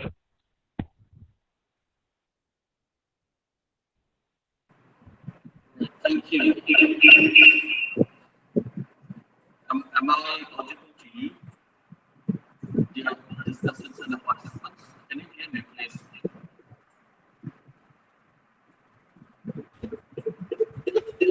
Your sound is not clear. Please, your sound is not clear. Yes. I think you have some problem. Yeah. Now it's working. Yes. Okay. Yes. It is audible. All right. Thank you for the kind words. And yes, it is afternoon here in Bangladesh. Very sweet afternoon to everybody, the participants, and of course the brilliant luminaries spoke over the session. Professor Salwaman, Professor Nirmal, and of course quite a good number of participants are listening to this webinar. So I'm very humble with this, Dr. B.R. Ambedkar College's arrangement, as I'm very grateful to this organization, institution, long before. So I come back from your institution in February 17 so far. All right, let me begin the presentation. It's not a presentation. It's a talk, it's a storytelling. I'll not go beyond the scientific discussion like we hear from our brilliant professors. Rather, I'll tell you a story, the social story, how we are gonna look the post-COVID environment and post-COVID social behavior and manner in our people and the people of the earth. Let me share you a short presentation. As I said, it would be something like storytelling. So I'll be sharing here.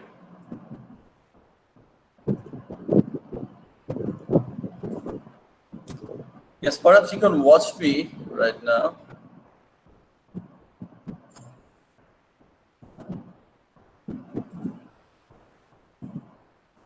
Yeah. Well, the nature is greener and the waters are crystal clear. The sky is bluer and the air is pretty healthier than ever. Animals are on the avenues, birds are flying free everywhere.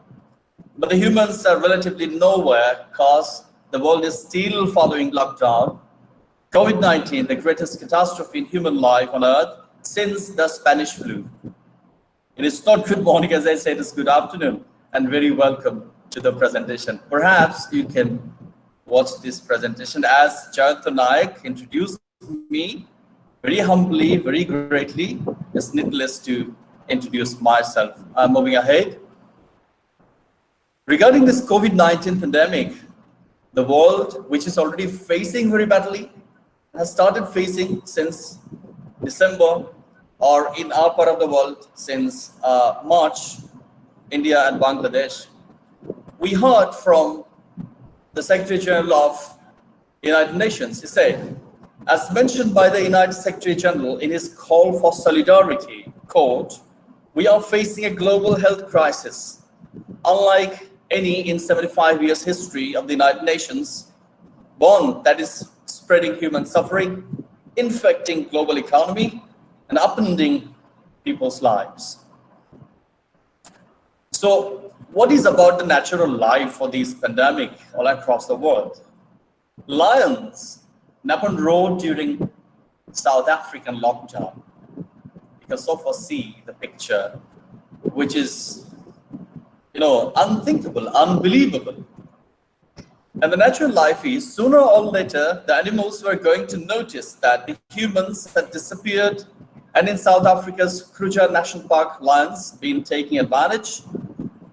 Park Ranger Richard Sowry snapped a picture, a pride sleeping on a road which would normally be busy with tourists. But Kruger, like other wildlife parks, been shut since 25 March as part of the coronavirus lockdown. Big cats would usually only be seen by rangers on the roads by night.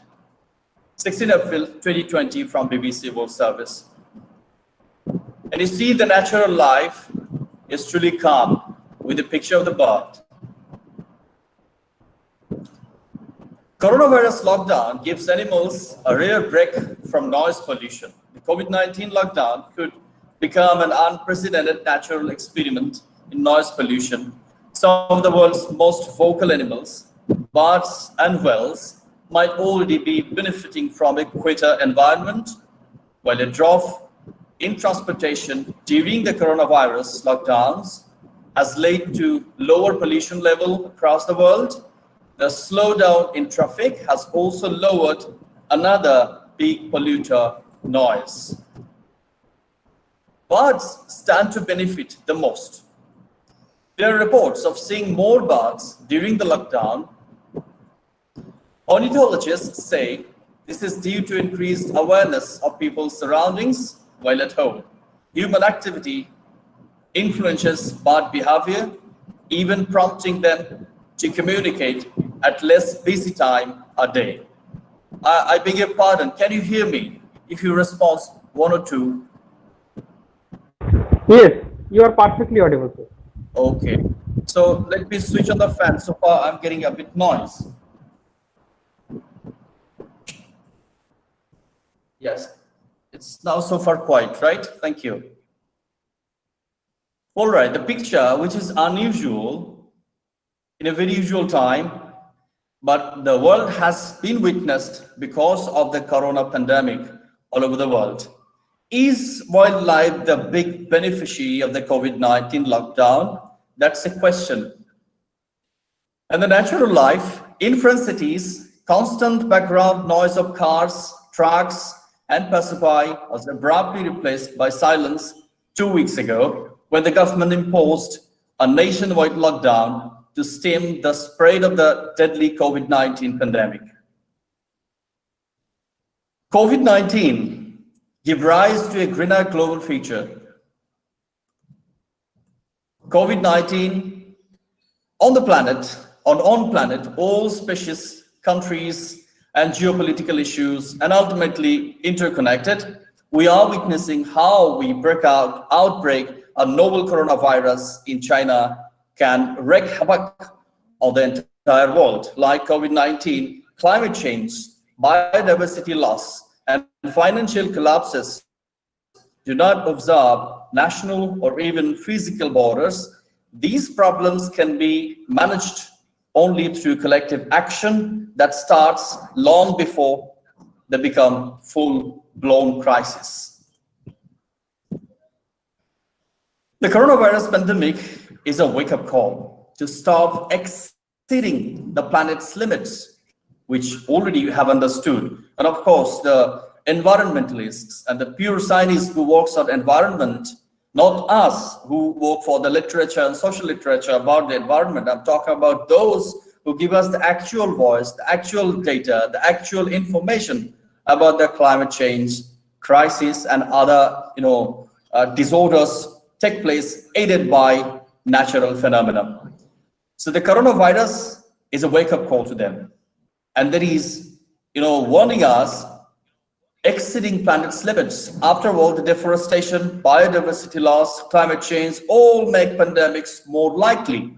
Deforestation drives wild animals closer to human population, as I showed earlier to the presentation, increasing likelihood that zoonotic viruses like SARS-CoV-2 will make the cross-species leave.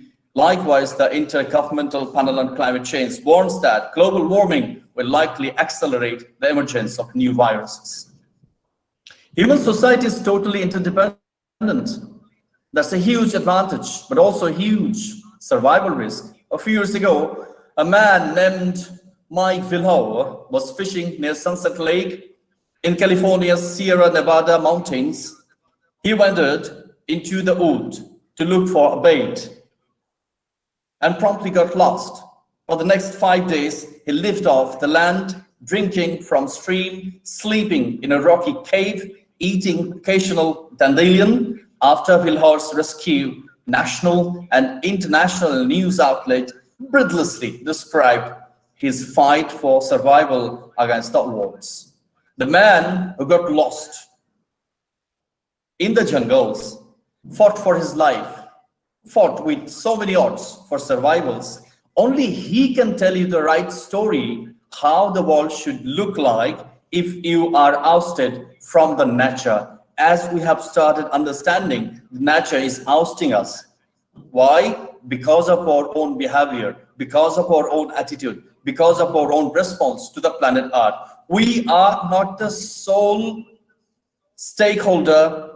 We are not the sole beneficiary of the nature, of the planet, of the environment alone. So human beings, superiority on the earth is showing us that we are doing much. People, you are doing much. Every species, every lives of every creatures, every wild animals has got the equal share on environment and ecology. We do not have the autocratic,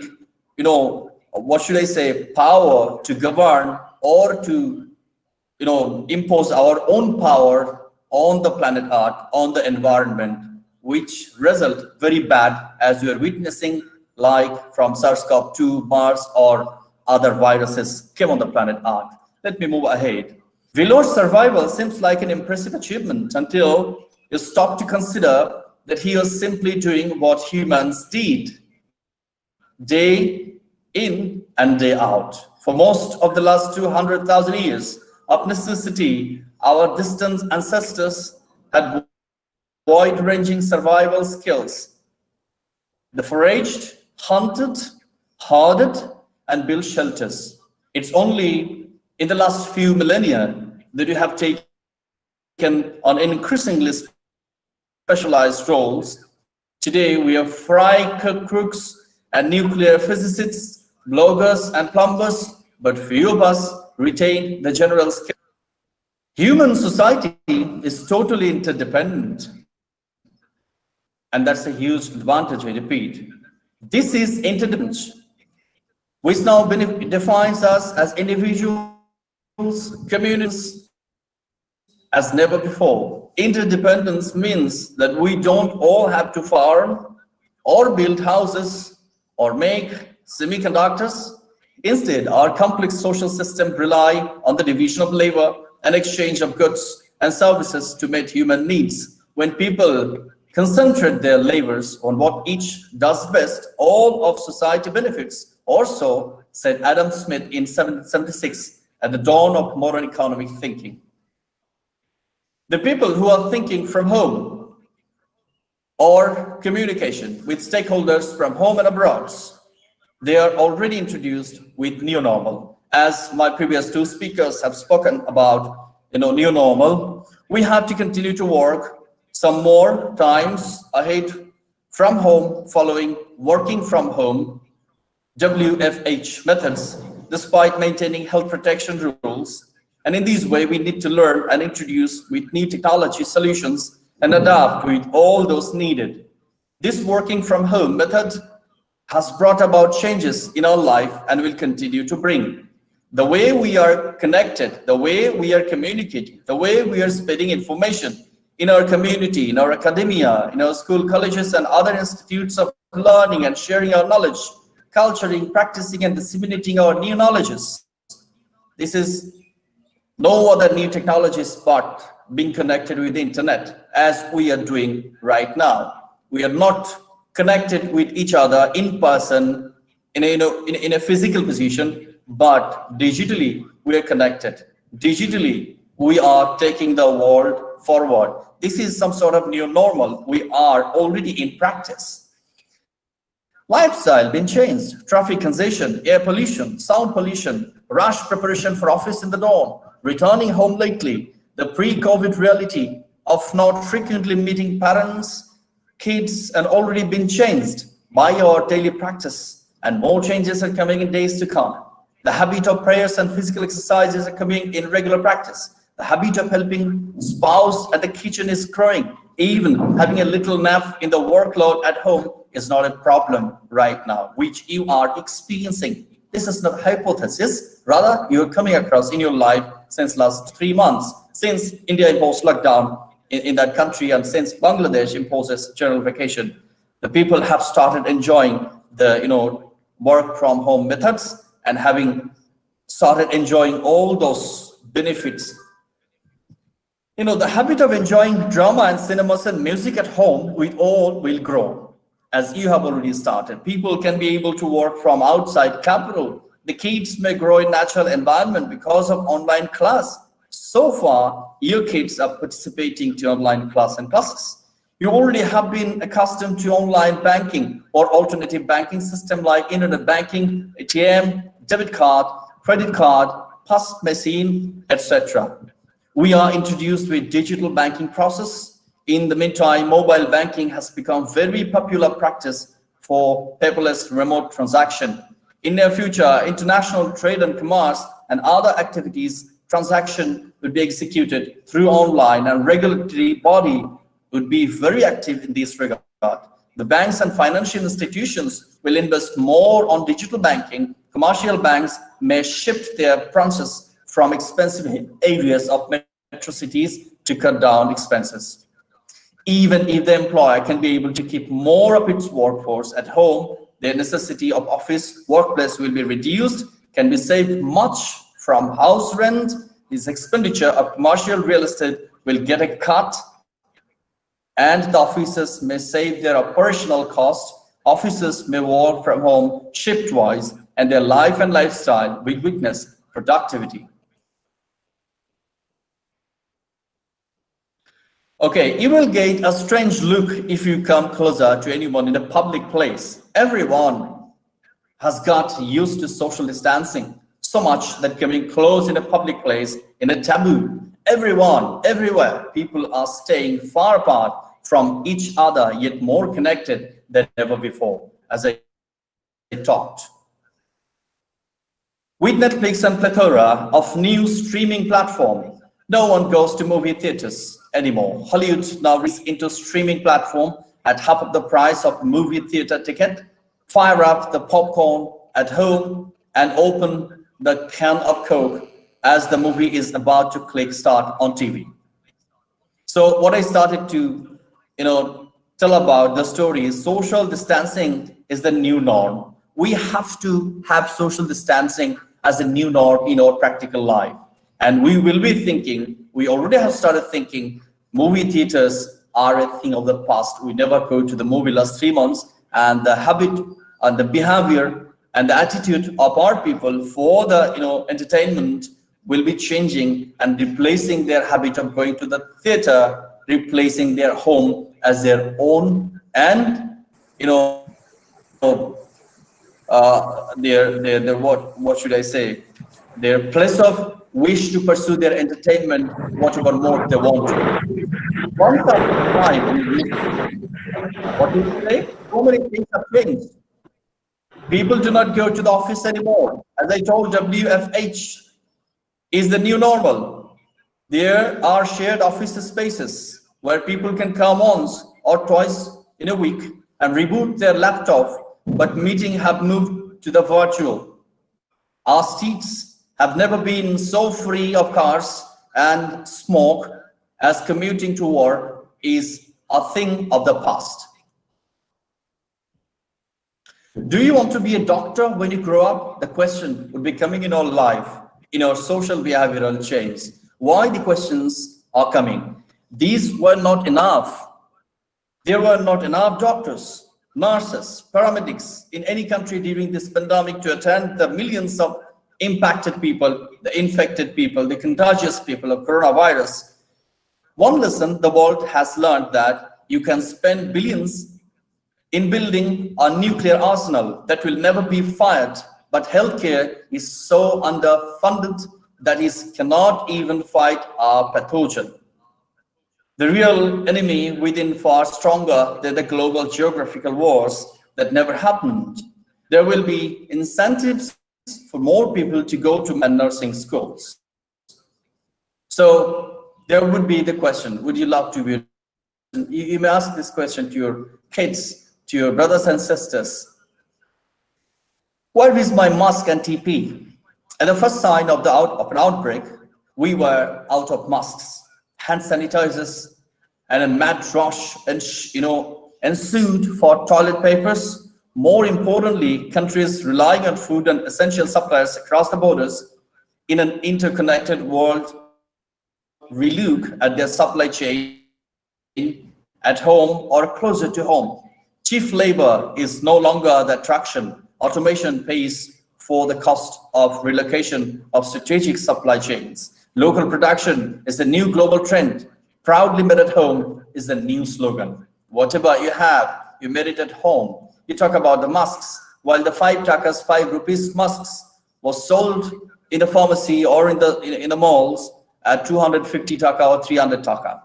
Instead of that, machine-made masks, you are making that mask at home by, your daughter's sisters or spouse are stitching that mask from that leftover cloths, cotton cloths, and you are showing that picture of your mask on the social media that proudly made at home. What is this? This has helped us changing our attitudes towards the necessity. Our inbuilt, our inborn capacities and skills are being nursed, are being patroned by the people at home, by your kith and kins, by your relatives, by the society as a whole. This is how the social behavior and social manner and the attitudes coming to be under changing trends. We used to go to school when we were, this would be a sentence sometime. Online learning and global classroom replaces traditional schoolhouses.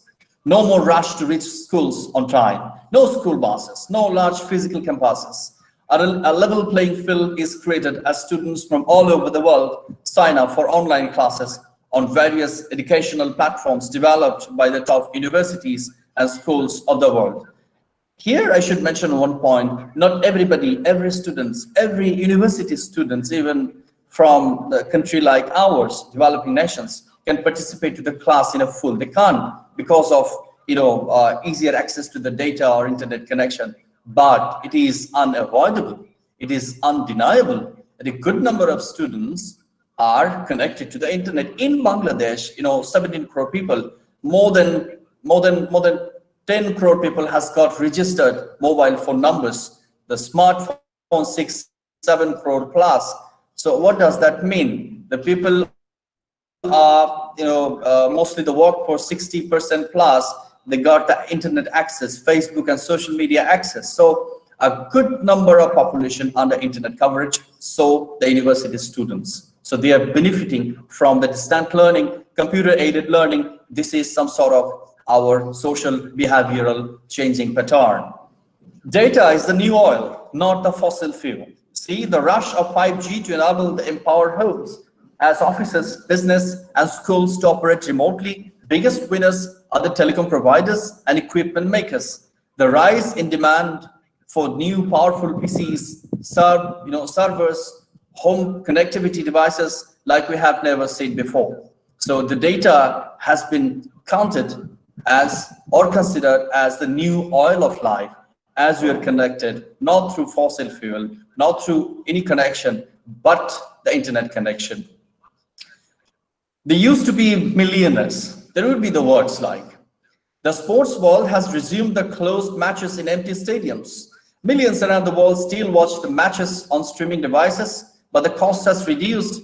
The sportsmen and athletes take away a cut. Olympic is a thing of the past. We will take chances with millions of athletes traveling across the world. It's now more bilateral and regional competitions between nations, and the rich clubs that have survived continue to play in leagues. Star athletes no longer are the millions they used to, and rise of the new stars sourced digitally from all across the world. You have heard so far the European leagues and European some football leagues, they have cut down the salaries of their players. This sports community has brought about dramatic changes in paying to the staffs, because the stadiums are empty, because no people is going to the stadium. If you do not, or the people to enjoy the sports entertainment in practical in the field, where should the game? Nowhere. So that's why the earning from this sector is facing huge scarcity. As they can earn much, they can pay much. This has been the new attitudes in us, who is paying, who is earning. This coronavirus pandemic has taught us to control our social behavior, social manner. This is how, in terms of economy, in terms of culture, in terms of practicing our diplomacy, in terms of our economy, everything. It has invisible power behind. No bargaining is behind this. No policy is behind this. No negotiation is taking place. No governmental, intergovernmental bargaining is taking place. But we, the people, the human beings, the Homo sapiens of the earth, have learned from the nature that yes, we need to behave. We need to behave with our need. We need to behave of our expectation. We need to behave of our presentation. We need to behave with our society from the moral ground. So everything, everywhere, we are learning. There is no mechanism but the badly impact of the coronavirus pandemic. Hello Doctor should be a new term in our social practice. The telemedicine app replaces the visit to doctors at clinics. The video consultation determines whether a hospital visit is required. Why go to a doctor clinic and get exposed to other patients for a general checkup? This trend is tremendously reduced to practice. People are calling to the doctors for having their telemedicine services. Even while non-COVID patients are visiting doctors, they are going to the hospitals with a high risk of being affected or infected with coronavirus. That's why the people who are not infected, non-COVID, they are having the telemedicine. And of course, the people who are COVID patients, they are also having the telemedicine. And the government has tremendously cut down the expenditure for physical medicine service, like deploying so many nurses, doctors, and frontliners in the hospital. Rather saving this community who will save your life, government is encouraging telemedicine services, right? Through the phone call or through the video call, they are rendering the service. In Bangladesh, we are witnessing the same thing. In India, it is the same thing, and over the across the globe, in Europe, that has started long before. But we are new to this scenario. We have started to accept that this new change in our social behavior. Main features of the environmental crisis, as we do know, and I should not be explaining these things: climate change, stratospheric ozone depletion, degraded air quality, degraded water quality, scarcity of fresh water, land contamination, deforestation, social erosion and degradation, land use change and habit loss, biodiversity. That is told, that is spoken, that is also analyzed, and we know this. And this sort of research we don't do because we study social literature and literature, but environmental scientists, brought about these information facts from the research, and we learn and we try to disseminate this information. As I talked over earlier on the slide, what are the causes? So this is needless to explain here. Population growth, urbanization, poverty, food security, disease, peak oil and energy security, conflict and displacement. These are the factors what basically causes environmental change, what basically temper our planet Earth, or badly influence our life to grow in the natural manner we love to grow. So last 3 months, the world is very actively witnessing lesser contamination, lesser pollution, water, air, and soil. Because 3 months before, if you have heard of the story from any stranger that the people of the planet, the human beings of the planet will witness such a situation sometime, the shopping malls, bars, pubs would be closed. The prayer houses, I mean to say the temples, Gurudwara, mosque would be closed. Even the Makkah, Medina would be shut, and students will not be going to the school. There should not be any planes taking off for its destination. There should not be any launches of steamers. Will not be, starting for its any destination. People will be sitting at home. There should not be any office, and the policy planners and makers of the world will be encouraging and making its citizens aware of not going out of home. So that time we should have called that stranger story a story of a crazy person. But that story of a crazy person is now a reality. And that reality you have started to adapt socially. And this is how we are practicing these social behavioral change since March in our part of the world, in India and in Bangladesh. But from China, it's in December. And the whole of Europe, the whole of America is coming across. More than 200 plus countries and the areas are practicing the same thing.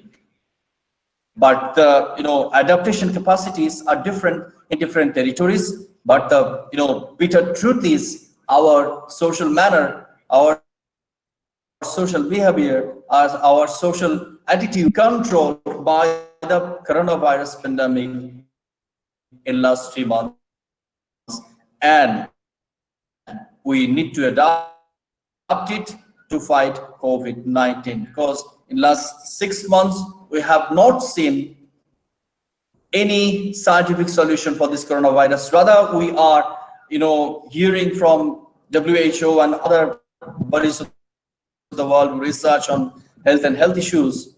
They are not bringing any good message for us that yes, some scientific solutions and treatment are coming. Social medicine is the only medicine. What is the social medicine? It is washing your hands time to time, frequently. Don't put your finger inside your nostrils. No, never. Can't do this. Use mask.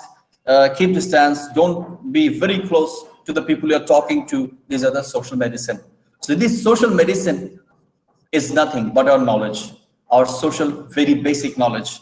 And that knowledge is helping us understanding the social behavior. Let me conclude by saying, with so much activity getting done from home, the smart homes take over with technology-enabled services, devices connecting to each other through the Internet of Things. People are living peacefully in a safer world with cleaner air and water, living a healthier life and learning to live in harmony with nature, and looking forward to this whole new beautiful world with so much more hope than ever before.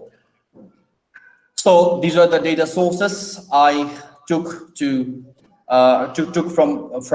these sources to prepare for the presentation. And last of all, whatever the planet Earth should be, might be like the Spanish flu in 1917, which took away 5 crore people's life there about approximately. And this Spanish flu came second time, with the second wave being much harder, much powerful to take lives again. But that Spanish flu is a pandemic that has taught us to change us, our behavior and manner towards our society, towards our social behavior. And after 100 years, we are experiencing this coronavirus pandemic in our life. which is also teaching us 24/7 without break to control our social manner and behave, to behave with our own human body, to behave with your family, to behave with your society, to behave with your state, to behave with the international community. So through this behavior, you're not saving yourself, rather you're saving your family, you're saving your society, you're saving your state, you're saving the planet Earth, the Mother Earth. We love to live with peace and harmony. So that's it in a nutshell. Thank you so very much, and peace for everybody. Thank you so much. Thank you, Dr. Mustafizur Rahman, for delivering such wonderful presentation. Now the session is open for question and answer. Participants can raise their question, their observation by turning on their microphone. Okay. Sorry, I'm interrupting. I want to mention one thing. Sir, there is a YouTube live program is also going on. So there are so many people asking questions in the YouTube live. So I am sharing the link here. After the program over, you can just see the questions and you answer there. Okay.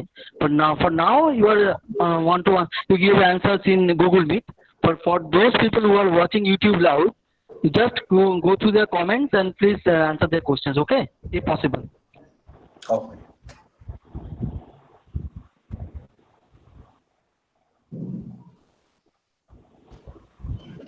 Dear participants, if you have any observation, if you have any question, you can raise your question, your observation.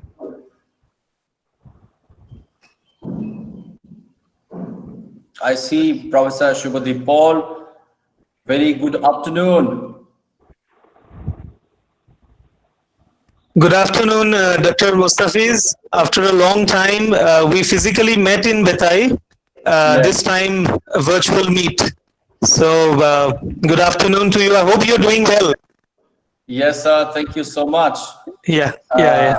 Please take care. Please take care. Yeah. Thank you. I wish you the same. And you're looking very smart today.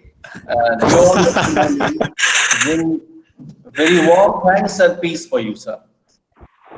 Thank you. Thank you. Same to you. Please take care of yourself. Thank you. Yes, so we are expecting for some questions, couple of questions. Perhaps no questions.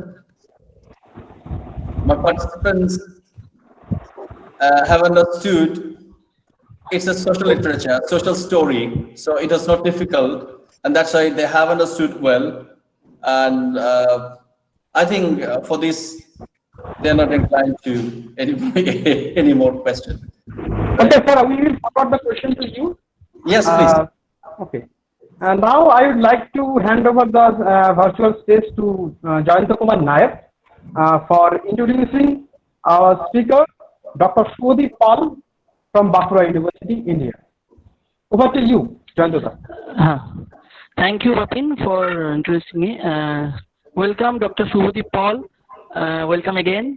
So we met in Betai and hope you are doing well. My duty is to introduce you to our Google Meet participants. Dr. Shruti Paul is currently an assistant professor in English at Bankura University, West Bengal. He was a UDC research fellow at Jadavpur University. He has co-edited Anxiety and Influences and After, a collection of critical essays on post-colonialism and neo-colonialism, World Press View Publishers. He was also a co-director of 2 years major research project entitled Discoursing the Homeless Elderly, Tropes, Desire and Contentment, funded by the ICSSR in collaboration with the University of Swansea, UK.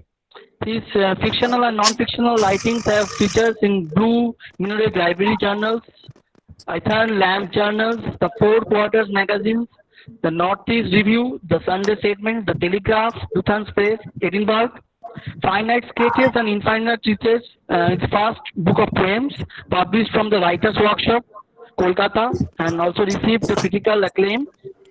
Dr. Paul specializes in multiculturalism, new literaturism, Indian writing in English, American literature and culture, cultural representation of Hollywood, and creative writing, post-colonialism and diaspora studies, Scottish studies, popular culture, and 21st century Shakespeare studies, ethics, literature and trauma, literature of the border and post-Hinduism, and other aided interest areas. So there are so many interest areas are there.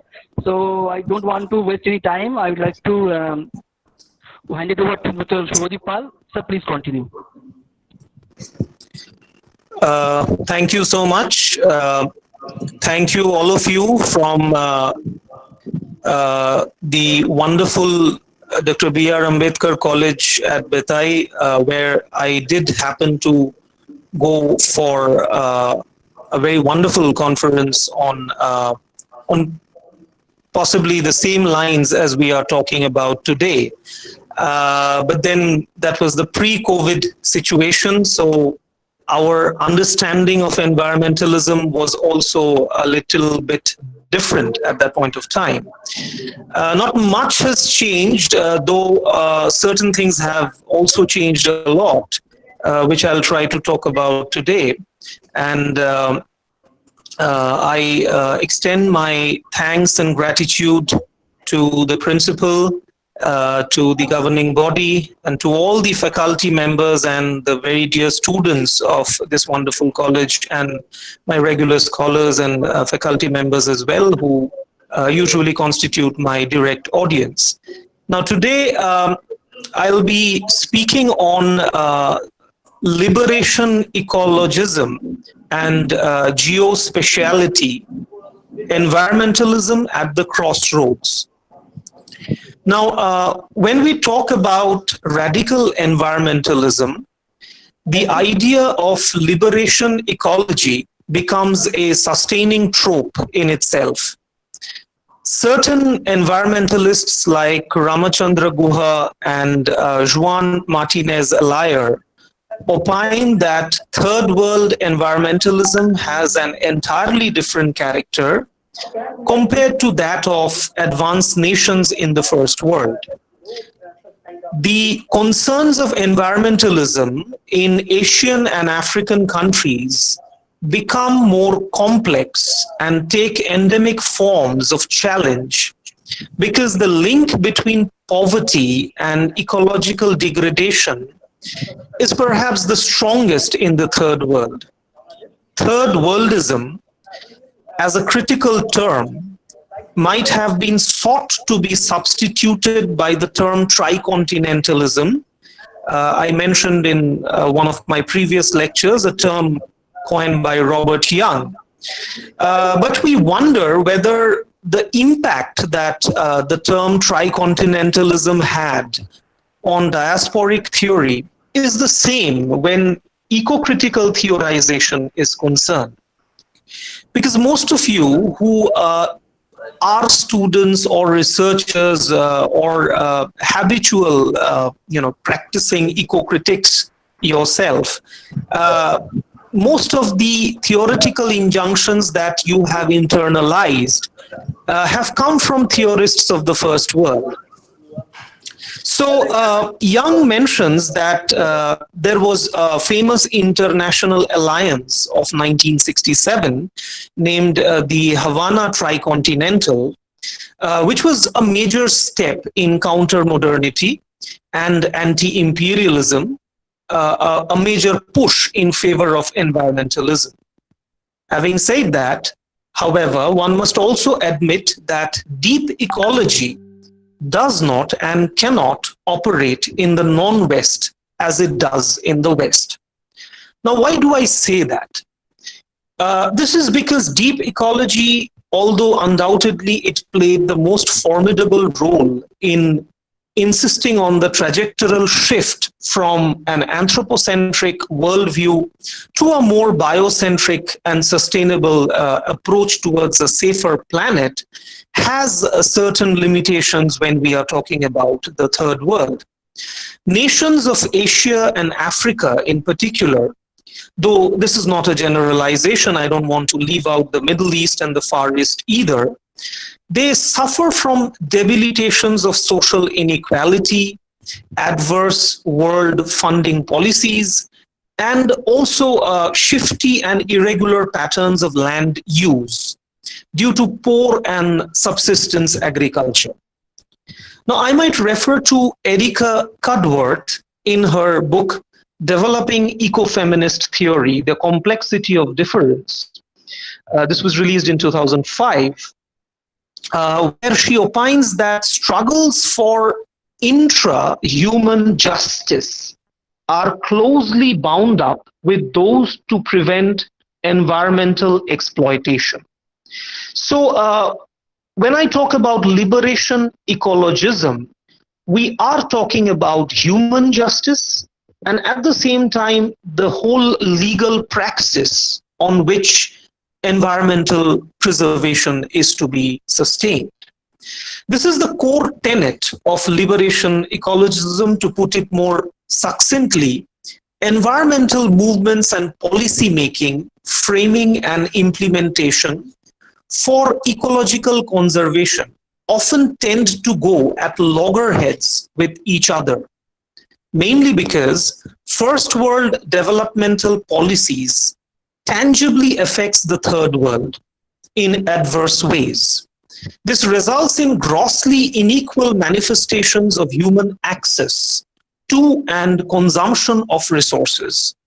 We must also note that the majority of genetic engineering of seeds, fertilizer production and usage, unrestricted mining, guinea pig vaccinations for newborns, and most importantly, the patenting of Ayurvedic and herbicidal natural produce, especially that from the Himalayas, comes from the first world enterprises. So obviously, environmentalism and neo-colonialism are not too far from each other. To extend this conception a little further, one must admit that third world nations don't have much of a choice but to accept muscular diktat of powerful nations. When it comes to developmental investments, trade and tariff agreements, the free market economy, policies related to subsidies, monopoly capital investments, business interests of multinational corporations, so on and so forth. This is why employment related to farming, fruit and vegetable production, forest produce, cottage industries, artisan work and handicrafts all get adversely affected due to rampant corporatization, which perhaps is the most extreme form of privatization today. Consequently, environment and ecology and its allied concerns are also predicated on the outer rim of precarity, which third world environmentalism has to habitually deal with. So in general, the third world as a collective entity becomes a laboratory for the first world and also its short-term market. I'm calling it short-term because in today's business parlance, we really don't have long-term markets anymore. It's maximum profit at the shortest time span. So this also has its shortcomings through dumping yards and garbage sites for Frankensteinian experiments of the first world, which all is predicated on the third world. The coastal shorelines of India are said to suffer, although the nation's own spent nuclear waste fuel is processed at Trombay, Tarapur, and Kalpakkam. Now, I would like to talk a little bit in detail about nuclear waste because I consider this form of waste as the most life-threatening, the biggest challenge for our futures. And I find an irony which is posited on the fact that our own nuclear productions, nuclear fuel and nuclear experiments, whatever wastes have been generated and are being generated, usually tend to go for a recycling. But what is the commonsensical attitude of the first world countries, especially the United States of America? I'd like to explore that a little bit. So we find that after recycling at Kalpakkam, which is in the south coast of India,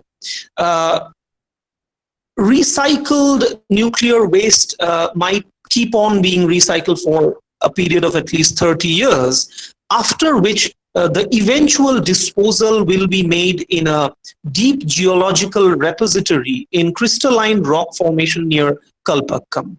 So that's when the nuclear waste is no more recyclable.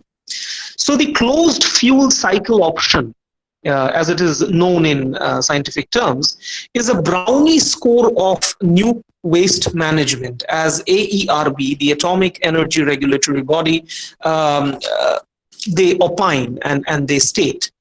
We must understand that all toxic waste needs to be dealt with safely. But in reality, racial bias and the currency power, plus much of military superiority of the Western powers, leave poor third world countries with very little choice. When big cyclones and tsunamis happen, they are often preceded by earthquakes, like the 2004 Sumatra Andaman earthquake that devastated multiple shores of the Indian Ocean, bringing on shore the hazardous radioactive waste dumped off the coast of Somalia. Now, why am I talking about Somalia? The answer is not too difficult to find.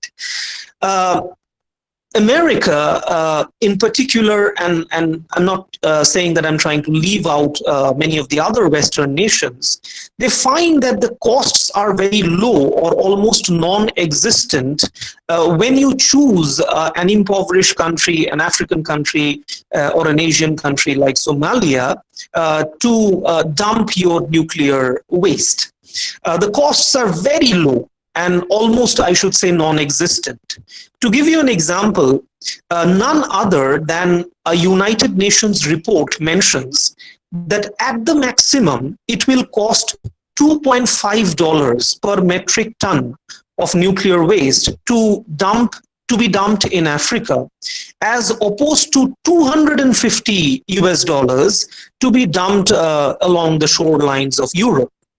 So the Atlantic Alliance that operates since 2007 basically patrols the NATO stewardship over the African Union mission, the AUM, in Somalia. Since the US-Ethiopian invasion means that basically I'm talking about the NATO advisors who have become almost self-proclaimed subject experts who practically steer the Somali transnational federal government.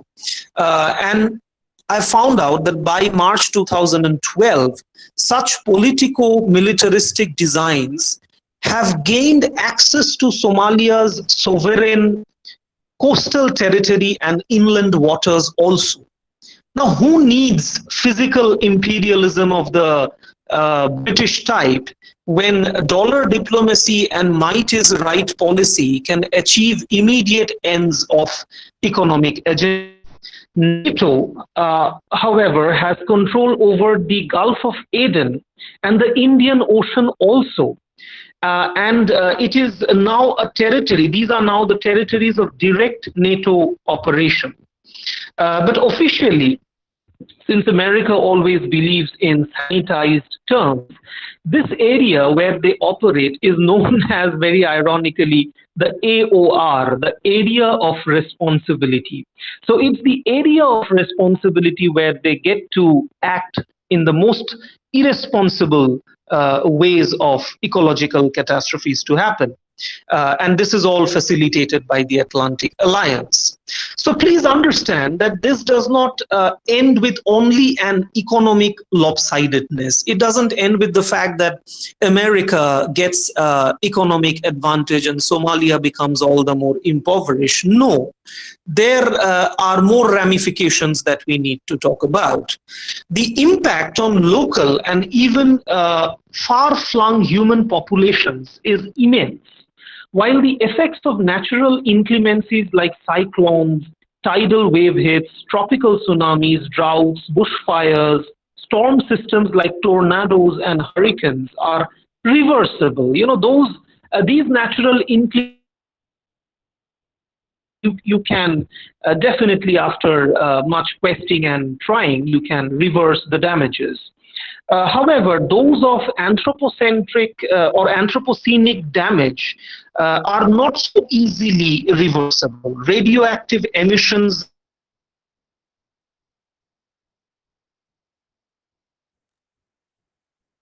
like the Pacific Ocean eventually contaminate groundwater, crops, fishing, cattle, soil, wildlife, etc. Pathological damages are inflicted on humans and the consequences are medically pronounced, like lowered fertility rates, increased mortality rates, many unusual health ailments like acute respiratory infections, persistent dry cough, mouth bleeding, abdominal hemorrhages, unusual skin chemical reactions, and even unpredictable fatalities. Nazem Roya's contentions have been endorsed by the former foreign minister of Nicaragua and the president of the 63rd session of the United Nations General Assembly, Miguel Diaz-Coto Brockman, as well as by the former chairman of the United Nations Working Group on the Use of Mercenaries, Jose L. Gomez del Prado. Now, the counter to ethnocentrism must take into account how Africans, Near Easterners, Iranians, Asians, and Latin Americans have been strayed away from the universalism of the United Nations. So when we talk about, or when we do theoretical discourse on eco-criticism using first world eco-critical theories, we must understand that in the practical context, we as third worlders, or we as hailing from the third world, are very cleanly left out of the critical engagements that actually take place. The decisions of the Nuremberg Tribunal, for example, proves how the United Nations has been confiscated by the NATO in the name of globalization and world peace and the dangers it poses to our global futures, in particular ecological sanctity. Quite naturally, Ramachandra Guha and Juan Martinez Alayer, in their wonderful book, Varieties of Environmentalism, Essays, North and South, political economy to a political ecology, or a post-materialistic enlightenment that rich first world nations only can afford. The white supremacist geospatial configurations of the quote-unquote, with a capital R, rest of the planet, the West and the rest, where South Asia, the dark continent, Africa, which will remain perennially dark in backwardness because of white interference. The Middle East becomes trajectoral categories where human justice and environmental protection are both endangered, to revisit Erika Cudworth's idea from where I began. Now, let us pick up an example, a more immediate example like the Sundarbans, which is a typical example of mismanaged negligence, whichever way we perceive it. There is erosion of bulwark trees, rampant deforestation, lack of area-specific civic development, lack of salinity check in freshwater reserves, ramshackle tourism, and most importantly, the huge outflux of climate refugees under the project of conserving wildlife, for instance, tiger conservation.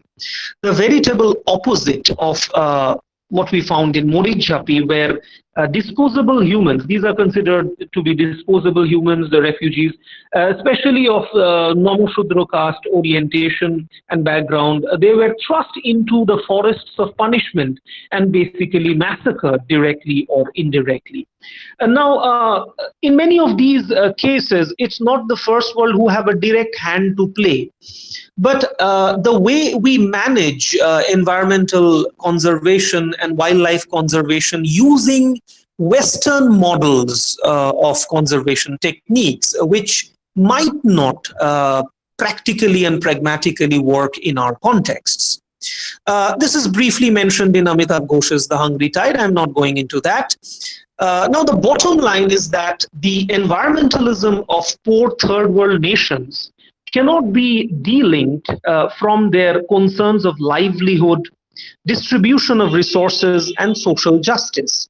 Else you will have what you will see in The Gun Island, a more contemporary novel, where characters dumping the Sundarbans and seeking emigration to Europe, mostly illegally, because I found out that characters like Rofi and others have already accepted that the mangrove wetlands are going to die pretty soon, as if it is already on the process of death.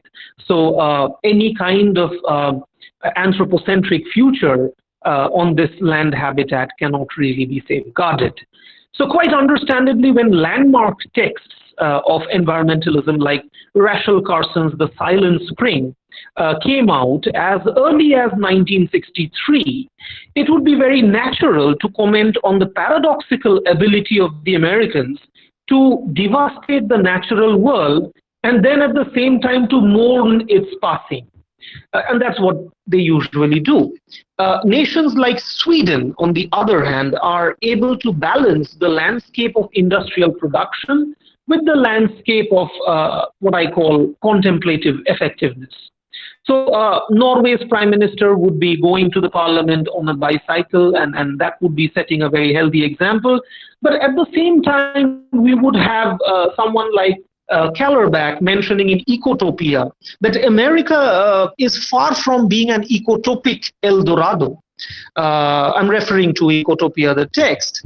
And indigenous African villagers and Asian peasants do not really perceive nature as a malevolent force which has to be propitiated and tamed and mastered and exploited. Please refer to narratives like Robinson Crusoe, where you have this colonial aggrandizement at work, where nature, typically feminized, has to be subdued, and a sort of a patriarchal dominance has to be imposed on nature so as to enable her proper exploitation. Clearly, corporations are not happy with organic farming and left-wing sentiments, but they are happy when you have increased consumption of pesticides, fungicides, and fertilizers, the tragedy of which sometimes results in apocalyptic forms, like the Bhopal gas tragedy of the Union Carbide plant. So when we talk of third world poorism, or when we talk about the third world being poor, we must also understand that it is not to say that the third world lacks awareness or they are not environmentally conscious, or they are not pro-environmentalists in that sense, but rather in the sense of being, let me use this term, being officially subalternized. So how are they officially subalternized? Because ecological economics shuts them off. Oftentimes the backward tribal populations are the worst sufferers. And this has definitely eco-feminist implications because it's not that just that women are naturalized and nature is feminized. It's not just on a theoretical level that I am mentioning this, but also because the direct liabilities of liberation ecologism, constantly affected by issues like the death of livestock and fowl, lack of firewood, water crisis, etc., leaving aside the fact that many of the most prominent activists working today are women, like Vandana Shiva, Mary Malloy, Ariel Saleh. They are all committed to this cause against a sort of, in gender terms, more patriarchally stringent, corporatized and mechanized, governance of the environment. So while certain amount of conservation is ensured through statutes, it's not to say that the third world is entirely dystopic. Like, my research led me to find out that there are some preservation tactics that we or measures that we have followed very stringently. The Chipko movement is one such movement. We should also note that there are places like the Nicobar Islands, which are completely preserved and shut off from tourism. You have the Sentinel Islands, where the endangered and perhaps a little hostile Sentinelese people live in the Andamans. So basically what I'm talking about is this, that the application of Arne Naze's generalizations on deep ecology does not really operate so holistic in a manner in the third world, as much as it would operate in Scandinavian nations, the United States of America, the G8 nations, the EU nations, and Australia. I'm not talking about Australasia in the continental sense, but I'm only talking about Australia per se.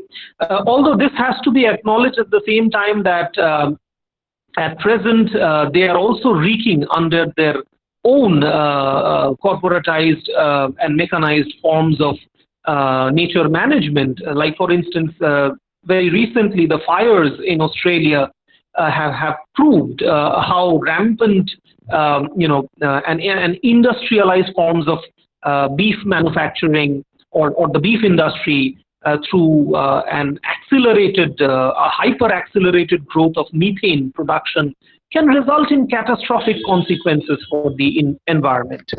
But I'm not going into that in specific detail because of the time limitation.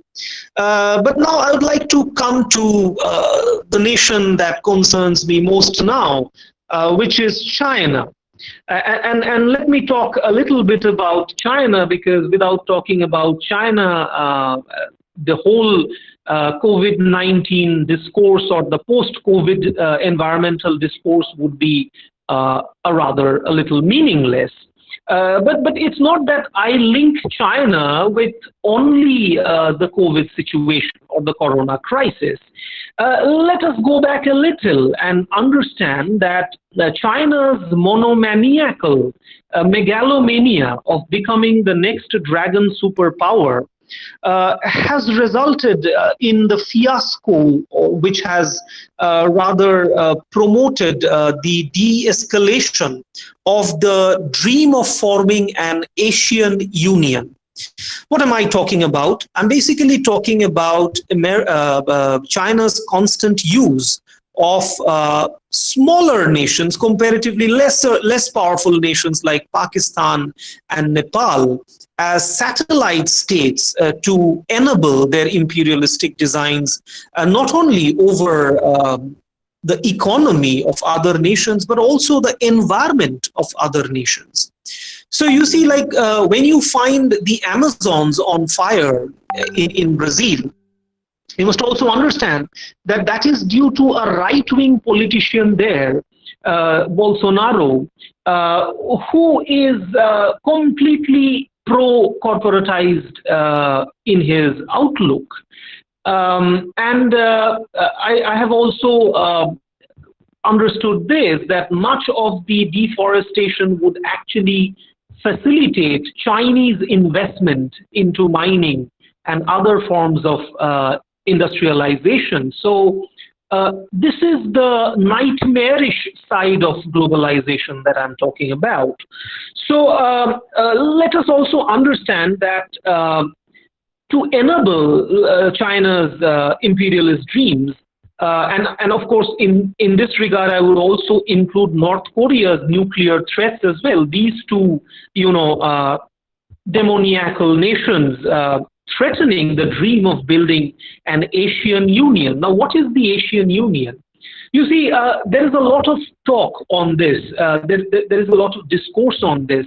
The Honorable Vice Chancellor of my university, Professor Devnaran Bandyopadhyay, has a book on this as well, The Asian Century, in which I have a chapter, where he talks about this idea that just as Europe, no matter how much their differences be mounting every day, and it's not that is contemporary, they have had their differences since the whole idea of colonialism began, because the very idea of scramble for colonies meant that they were actually infighting with each other, and we know that very well.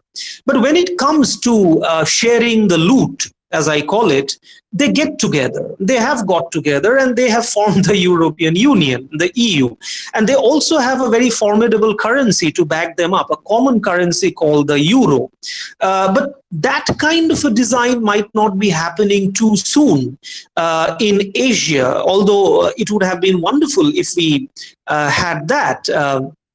Because many of you might have read P.B. Shelley's Prometheus Unbound, where you found that Asia is predicated as a character, and of course this very idea that Asia is the ground of regeneration. Even T.S. Eliot looking to the east in order to find a sort of spiritual regeneration, and with which we might also connect natural regeneration and principles of panpsychism and other forms of ideas associated with it. But I'm not straying to that territory.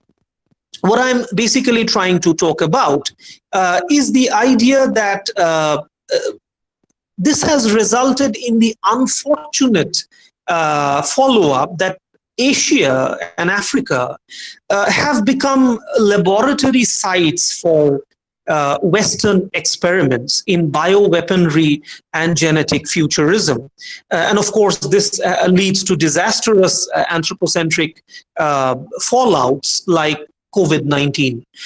Fortunately, the present pandemic did not directly affect biodiversity. There's a good thing in everything, I feel, and I'm really thankful that this synthetic virus, it is, in my opinion, a synthetic virus. It's definitely not a natural virus. This synthetic virus affected humans, and as far as I know till today, it has not really majorly affected other non-human forms of biodiversity. But who knows, future synthetic viruses might do that. And we all know that by now that Wuhan's labs have got patronage from US sponsors, many of them billionaires and many of them philanthropists, I'm not naming them, but who oppose the third world unhygienic context in which these dangerous experiments were conducted. And for those of you who are very active on social media, you would find that there have been, net activists, I call them net activists, who have found out from sources that China has deleted much of the, pre-COVID documentation that have been associated with COVID-19. So in a regime like that, where there is so much of censorship, and of course, the president's own daughter studying in Harvard is another very weird example of the backdoor collaborations we have between powerful nations, and nations like India, being swung like a ping pong ball, which is so unfortunate. So what I would say is that, we have to be very conscious when we choose our rhetoric, and we understand the macrocosmic context in which these dangerous issues are being, being shaped for the future before we theorize on any one of them or them in a sort of a collectivity. So proactive right-wing corporatization will eat into reserved forests and pristine naturescapes for fossil fuel extractions. India and Brazil currently are the most suitable examples of what's happening in the endangered forest pockets of Uttarakhand, Jharkhand, the Amazons, and we have to revisit deep ecology and its premises, because we have lectured on our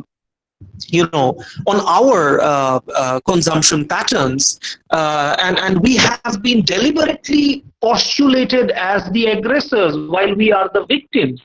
I might give you a very brief anecdotal reference of the erstwhile American President Bush, George Bush, pointing out that much of the agricultural crisis in the world is because of Indians eating too much rice.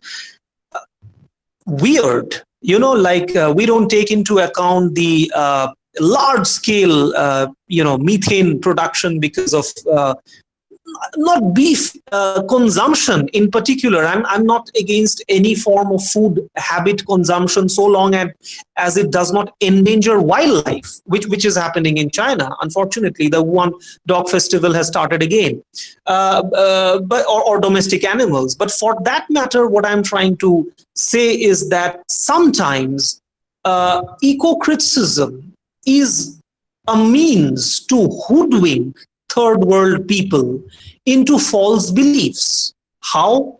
Let us look into that. Like, for instance, you will find a lot of advice given to you about water conservation. Now, water conservation is a very important thing, no doubt. But my question is, how much water does an average Indian or a Bangladeshi consume every day? And we don't even, most of us don't even do showers. Sometimes we do, we are fortunate, but the average Indians don't do that. They take a bucket bath. They wash their face from mugs. So that is nothing compared to the amount of water that is being used to manufacture jeans, clothes. The denim industry runs for its synthetic dyeing using a hell amount of water. And the same can be said about the manufacture of aerated drinks, the soft drinks that we talk about. These industrial manifestations of Western culture, they have what I would say a Corbusian monstrosity about them, and that is not taken into account. So when we talk about ecological socialism, we have to be clear about our choices. And when we are clear about our choices that we are making directly and indirectly, I can wear a denim t-shirt or a denim pair of trousers, a pair of denim trousers. We all do. Even I have been guilty of doing that. But how many of us wonder the consequences of that? Is that preventable? If you wear something like what I'm wearing right now, how much would an ethnic wear like this do damage to the environment? It's my question to you. And similarly, we would acknowledge very rightly when we talk about human rights, we are so conscious about human rights. Let us also be a little conscious about the rights of nature, the rights of animals, animal rights, the non-human rights, biocentric rights. And when we are conscious about those rights, we will also be conscious about our position in the entire biocentric sphere that we inhabit. It's time to renew our pledges and examine our actions in the present and perhaps in the near future pandemic context that we are all going through. And in conclusion, let me tell you that most of the nature scientists that I have read who do not take a political position very overtly, they acknowledge that nature is an indifferent entity. Nature really does not talk about your good or your bad. Nature does not really care whether the Anthropocene survives or does not survive. When we are talking about the environment, we should just remove the article and substitute it by our. Okay, so when we are talking about our environment, it is our liability to preserve the environment, to understand our progress, our involvement, our lifestyles, so as to be congenial to the larger picture, instead of being so anthropocentric. which is also once again a hyper accelerated Western idea.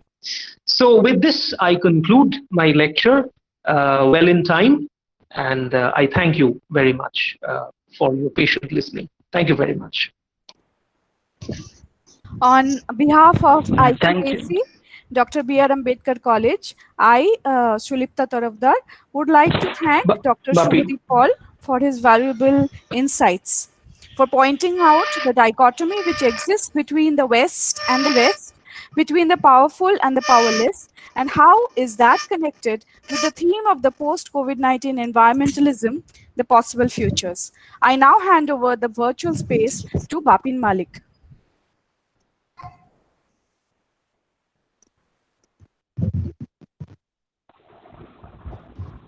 Hello. Thank you, Dr. Shruti Paul, Yes, for Bapin. this kind of wonderful presentation that you have done. Now I would like to hand over the space to our participants. Now the participants can raise their observation, their questions by turning on the microphone.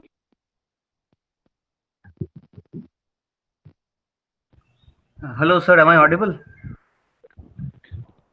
Yes, you are. Shoykot here, sir. Yeah, Shoykot, yeah, please go ahead. Yes, sir. Again, wonderful to listen to you for the fourth or fifth time, I guess. Thank you so much. Yeah. Another observation that I have on the whole discussion that you just delivered, that I would like to talk about two schools, right? One is the cornucopian school and another one is the Cassandraic school, right? So I would want to know your commentary on the idea that with this generation of this synthetic virus and the way the politics is going on also regarding this, the creation of the vaccine and everything, do you feel that its time has come that we start relegating the cornucopian school and basically it is all now Cassandraic regarding the nature? No, my observation, I got your point. My reply to that question would be that, I am not really in favor of, doing away with any theoretical observation, but I am in favor of redefining them. So I would like to of course, all the theorists who are working on this very actively, including myself, to be finding out newer grounds of praxis in order to tackle the present day situation. And of course, I can't talk about the far-reaching future because I don't know how many more apocalyptic situations we will have to go through. But I can talk about the near future. And when I do that, let me also point out to you that I am in favor of several Western, ideas which have come from the West and yet have remained holistic. Like, let me give you an example to extend your observation. I'm very much in favor of Lawrence Buell. Lawrence Buell has a work called The Environmental Imagination, where the critic talks about a redefinition of literary ecology. Because we seem to be indulging in literary ecology in isolation. We need to think about that. Again, when we talk about critics like William Howard, his wonderful essay, Some Principles of Eco-Criticism, or when we talk about William Ruckert, Literature and Ecology, and Experiment in Eco-Criticism, we find that these essays are basically ingrained. They are part of Glotfeld's book, The Eco-Criticism Reader. So yes, the idea is to understand, once again from Cudworth's point of view, that any sort of universalism that had existed in the pre-COVID situation, once again, it's not to say that this is the only epidemic or pandemic that has happened, will happen, but this has happened on a catastrophic scale. And thanks or no thanks to human intervention. So the idea, and we have seen small-scale manifestations of Mars, SARS, and other things. We did not pay heed to that, or maybe we could not pay heed to that because first world nations were interfering accordingly. So we have to make conscious decisions. You see, maybe if I am the Prime Minister of India, I might not have an option but to export a certain drug to America because Big Brother is bullying me. But as an individual, I might have a choice in deciding whether or whether not to use a certain MNC product. You know, I'm talking about conscious real life choices. So those choices, once exercised, as Ramchandra Guha had wonderfully done in a series of books on third world environmentalism, would automatically pave way for a new praxis, theoretical praxis of examination. And the trend has started. The trend has started for quite some time, but it has been a little snubbed. You know, we need to promote those third world environmentalists who are doing equally good work, like Greta Thunberg, instead of giving all the hype to her. But she's doing wonderful work, no doubt about that. But we need to disseminate that concern on a more wider scale. And once we do that, the theoretical praxis would be automatically clear to us. So I'm not in favor of doing away anything, but yes, redefinitions are coming and will come, you know, and that is a trend which has already been set. Thank you, Shoykot. Thank you, sir. There's another observation, if I can speak. Yeah. Yes. Yeah. As you were talking about that conscious choices, right? And a few days back, we all, you know better than me that how Ramchandra Guha was harassed. I'm talking about the incident that happened in December, I guess, late November or December 2019. And in this context, I would also like to refer to, yes, Huggins, yeah, I would like to refer to Huggins' book, that post-colonial eco-criticism. And then I would like post-colonial eco-criticism, Huggins' book. Am I clear? Yes. So I would want to know. Yeah, you are clear. When you can't recognize, when you can't imagine, or you can't empathize with your own humanistic, a colossal person like Ramchandra Guha, do you really feel that whether it's pre-COVID or post-COVID doesn't matter, we will never be able to transcend ourselves from this idea of relegating the animalistic, the non-humanistic, and we are always falling prey to this hegemonic centrism? Very well put, and which of course your very brilliant illustration of that idea definitely reiterates one commonsensically accepted premise that eco-criticism is not divorced from politics. You know, real life, tangible, working politics. It's not divorced from that. We cannot really do a Wordsworthian reading of the same.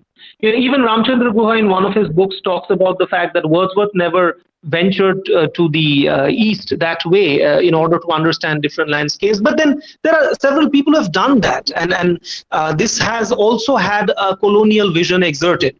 Not going into that, but then, you know, like having said that, the harassment of Ramchandra Guha, well, that is unfortunate because Ramchandra Guha is one of those voices whom I admire a lot because he has been very hypercritical, not only about the present right-wing regime, but he has also been very hypercritical about the previous regimes, who the dynastic politics that we have had in India, much of which failed to deliver the exact promises. So this would again mean that whether or not we will revisit our left-wing premises, our left-wing ideological premises, because it is foolhardy to talk about Althusser, Marx, and the whole rubric of, you know, post-colonial derivation, which again becomes a sort of an elite intellectual engagement, Western engagement, if you divorce it from praxis. maybe, and you will find that I have not referred to consciously the term post-colonial in this context, neither any of the books related to the term post-colonial eco-criticism, as you mentioned, because I have already accepted the fact that like post-colonialism as an idea, or post-colonial studies as a department, might have reached a certain level of saturation, as many believe. But the neo-colonial policies, that's the word I look for, is continuous. It's in the present continuous. And most of the divisive politics, which favors corporatization in a very blind way, that is why I pointed out Brazil. That is why I pointed out India. And I can even tell you that America is not exempt from this. We have had President Trump say time and time again that if you sit on natural reserves and you expect development, it's not going to happen. But then the idea is when we talk about mining, after the rampant deforestation of an ecological preserve that has been preserved for ages, we have to understand what development are we talking about? Whose development? Who are the prime beneficiaries? And in India, that is also the case. 65 paisa of petrol diesel fuel hikes every day. More than 81 rupees, petrol. I filled up my car this morning. Where? Even a couple of years back, I knew that original petrol price should have been anything between 16 to 20 rupees.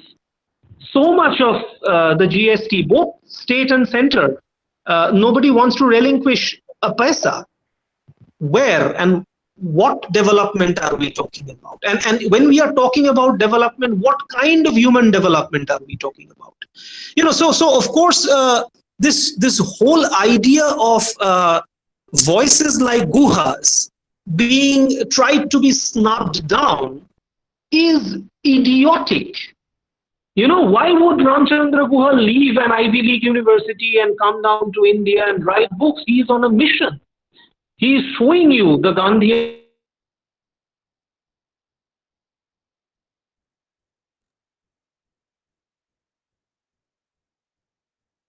a tremendous resistance to the imperialistic environmentalism that has taken shape in many different forms.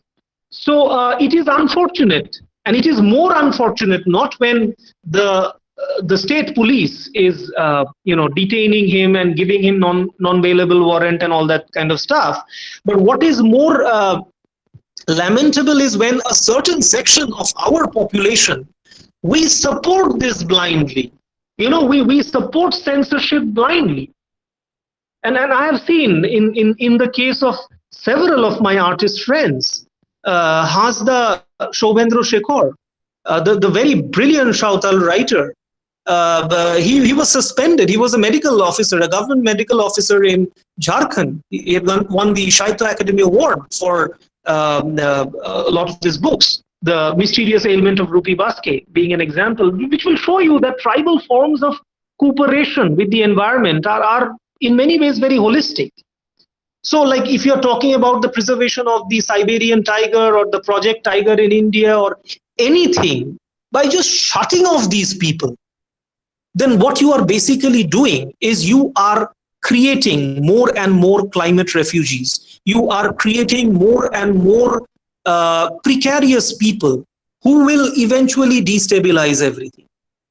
And it has been very wonderfully put that a certain tribal activist had once said that why the activists of metropolitan areas, they shut us out, because they have cleaned their naturescapes in Bangalore, in Mumbai, and they have killed all the tigers there, all the lions there. Okay, and now they are concentrating on our lives. So it's not to say that human interaction with the animal kingdom should not happen. that is the false sense of zooism which is taking place, that animals in zoos and we in our apartments. No, it's not necessarily that. We have to learn about, coexistence, sustainable coexistence. And those kind of, staple humdrum post-colonial theories on environmentalism, at least, is passé, in my opinion. Okay? Yeah. Good afternoon, sir. Good afternoon, sir. Yeah. Am I audible? Good afternoon. Sir, Yeah, you're perfectly audible. Sir, yeah, you are. So my question is that do you think post-humanism is more holistic than eco-criticism? Because even in eco-criticism, we are actually seeing the environment as an abode of the humans. But in post-humanism, we are actually shifting the praxis. Could you very briefly repeat the question? I missed a certain portion of it. Sir, very briefly. Yeah. Yeah, you are audible. Do you think that post-humanism is a more holistic approach rather than eco-criticism? Because even in eco-criticism, we are seeing the environment as an abode of humans. But in post-humanism, we are actually shifting the praxis. I think that's a question Bapin should pose to Francisca today, because that's exactly her domain. But since I am also writing a book on post-humanism at this moment, and in which I hope Francisca will also have a role to play, I would mention this, that we need to know more about the ways post-humanism as a philosophical entity. She calls it philosophical post-humanism. As a philosophical entity, as a theoretical discourse, how post-humanism accommodates environmentalism. We need to know about that, because, in my own university days, when I first started learning about AI, artificial intelligence, which now again is slightly dated a word. We have RI now, and so the idea of the cyborg was important at that point of time. It was the cyborgian generation. Now we have already entered the post-cyborg milieu. Okay, whether the post-human will be pro-environmental or not is for time to tell. But if you predicate post-humanism on a diasporic scale, you have seen pictures and movies where planet Earth is now completely doomed. It has been completely devastated. And we, with our technocratic advancements, we have shifted to another habitable location, maybe another planet. And we have seen in that wonderful animated movie, Toy Story, this thing being operated. And many other movies as well. I'm not going into that. You see in that context that there are issues which are not easily predictable at this moment. But one thing I find is this, that post-humanism, once again, trend setting from the West, wouldn't really mean an egalitarian spread on a universal scale across the world. Not the way I see it. Okay, it would be in the domain of certain powerful nations who once again would use it as a new means of imperialism. I don't see the human race, as the Anthropocene at least, as an enlightened species. We have had enough of that false messianic waiting hope that a time is going to come when we are going to go to Paradiso. We are not going to Paradiso. The more we are advancing with each passing day, our hyper modes of consumption. Look at the milieu that we live in now today. We are consuming things on a rampant scale. And everything is so available. You just need to spend. And we are not also conscious about saving. So obviously, the post-human, if the post-human or the transhuman for that matter, or any kind of workable interrelationship between the human and the post-human, if enlightened and pro-environmentalist in that sense, would work wonders for this planet at least. But if not, then we already have stories from the West that there are 20 more planets with habitable lifespan. Let's find them out. Let us go to Mars and resettle there. Let us make Moon a hospitable planet. Let us buy a piece of land there. Why? The reason is because we are hell-bent on the immediate agenda of destroying the whole planet and then maybe leave the future to the future people. That is not the way we need to deal with environmentalism. So no stable answer as yet. Of course, but not discounting the possibility that a more enlightened species might make miracles that we as the Anthropocene have failed to do. There are possibilities. I stay hopeful. I keep my fingers crossed. Okay, that's all I can tell you. Yeah. Thank you, sir. Anybody else? Yeah. Yeah.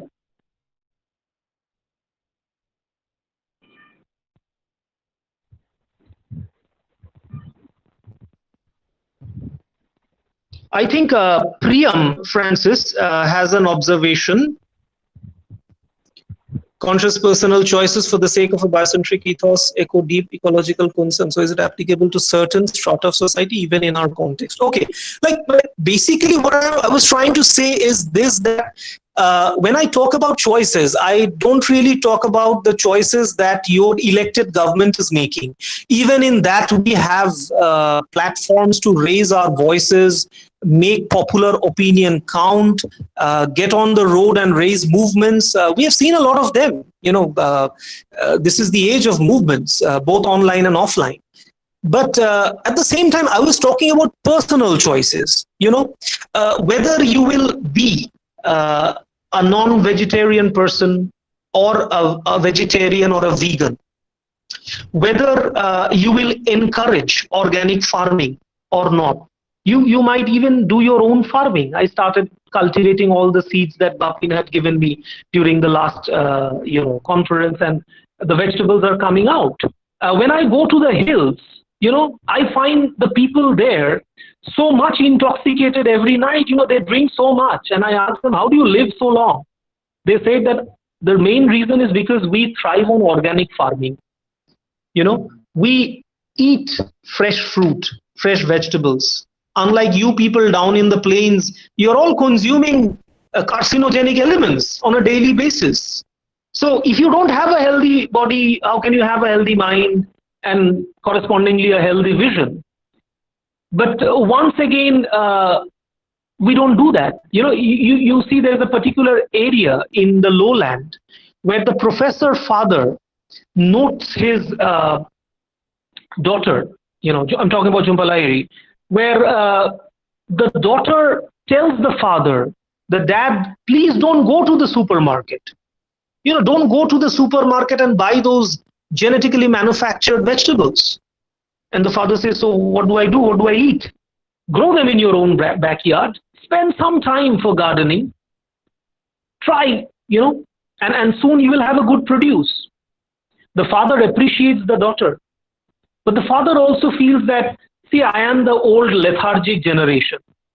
I have money. So all I need to do is just drive my car, go to the supermarket, purchase the veggies and come back home. We do this. We do this on a daily basis. And don't give me the logic that I live in a city and I don't have land. Okay?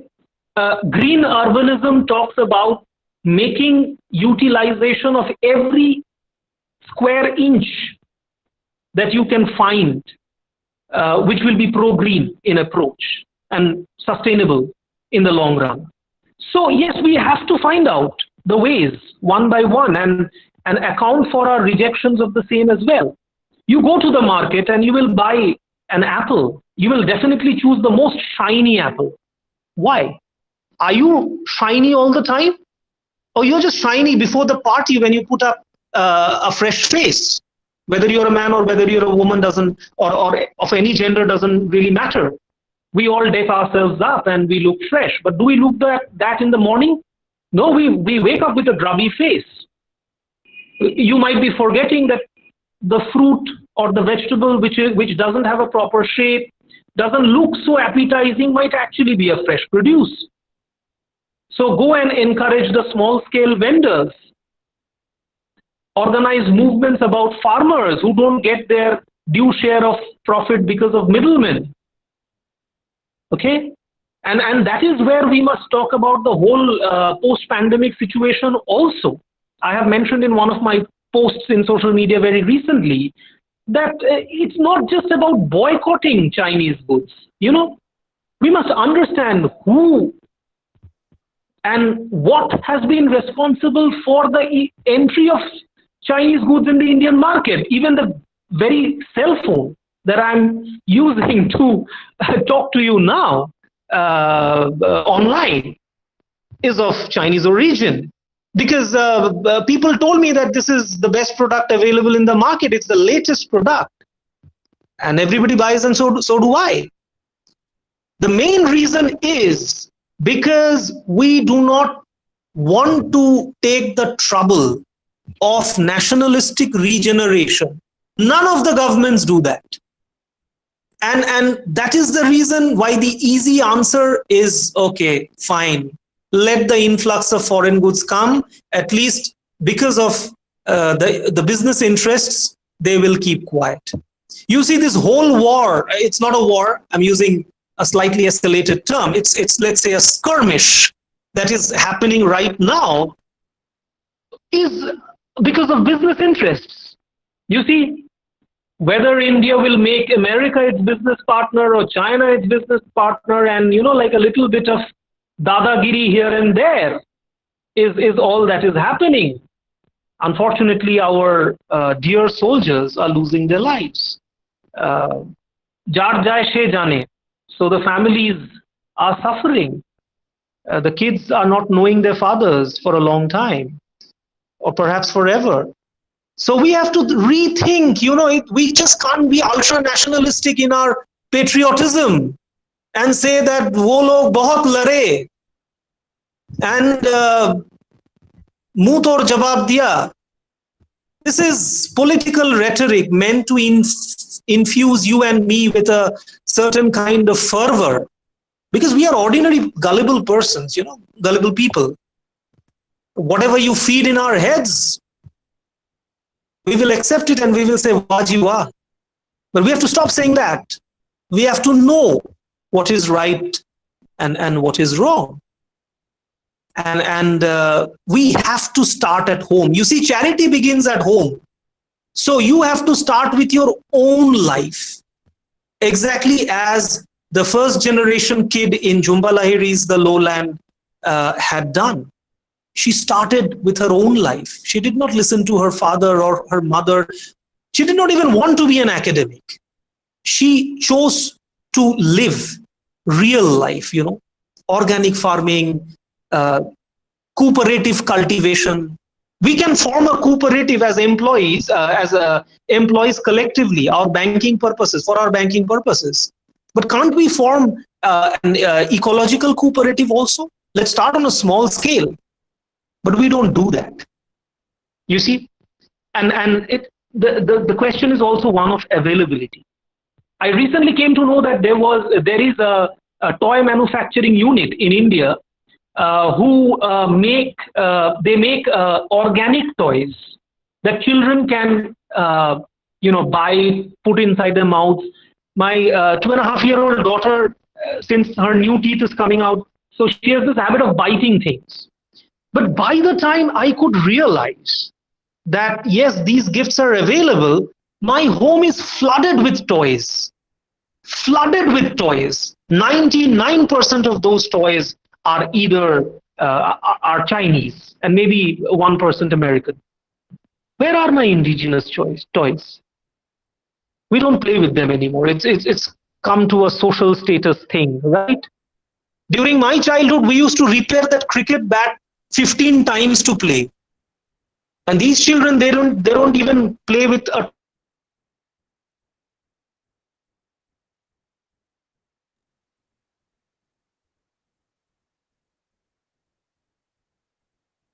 and আমার বাচ্চা যেন থাকে দুধে ভাতে, দুধ ভাতটা যেন পয়জনড না হয়ে যায়, এটাও একটু দেখতে হবে। আমরা দেখার চেষ্টা করছি, আপনারাও দেখুন। I am also looking into it, and I would request all of you to look into it, to examine the context of your own lives, and then you can understand whether Ramachandra Guha is saying the right thing or a certain political leader is saying the right thing. You will get your own answer yourself, and you will no longer be dabbling with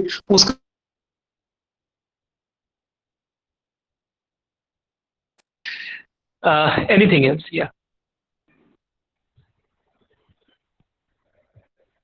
Thank you, sir, for the wonderful question session. Is there anything else?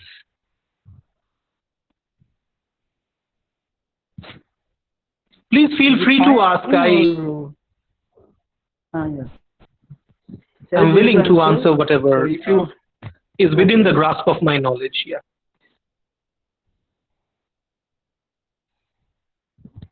Anybody, please. Otherwise, we will do. Hello. Hello, sir.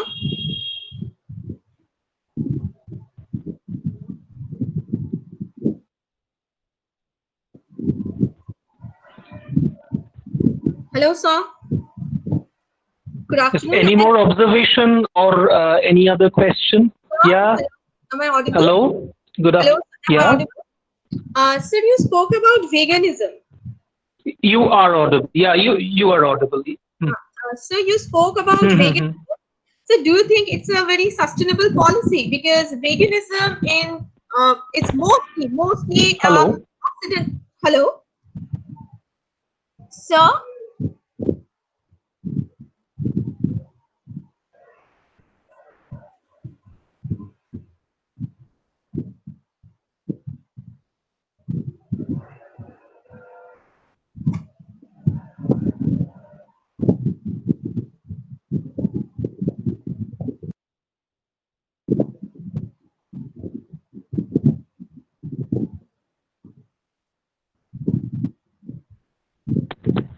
I think there is a problem with Shruti, sir. Sir, can you hear us? Yes, you are audible.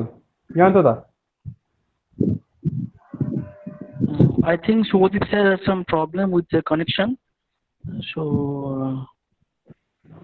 or we shall wait for some time.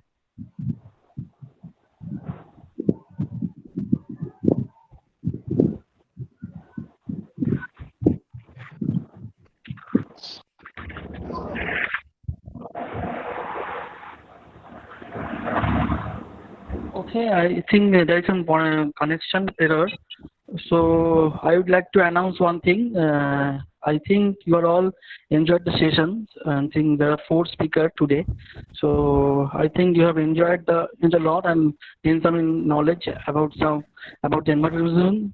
So I'd like to mention one thing as you know, there is a 2-day webinar. So first day we have covered, and second day, that is tomorrow, we'll start from 10:30. Okay, and from 10:30, and after that we will start again from 6:30 at the evening. Okay, there will be 2 sessions.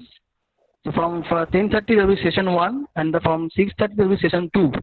So please participate with us, and the link will be the same that we have joined today. Okay.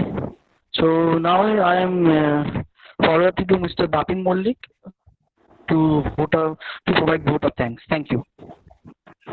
Well, thank you, Jantuda.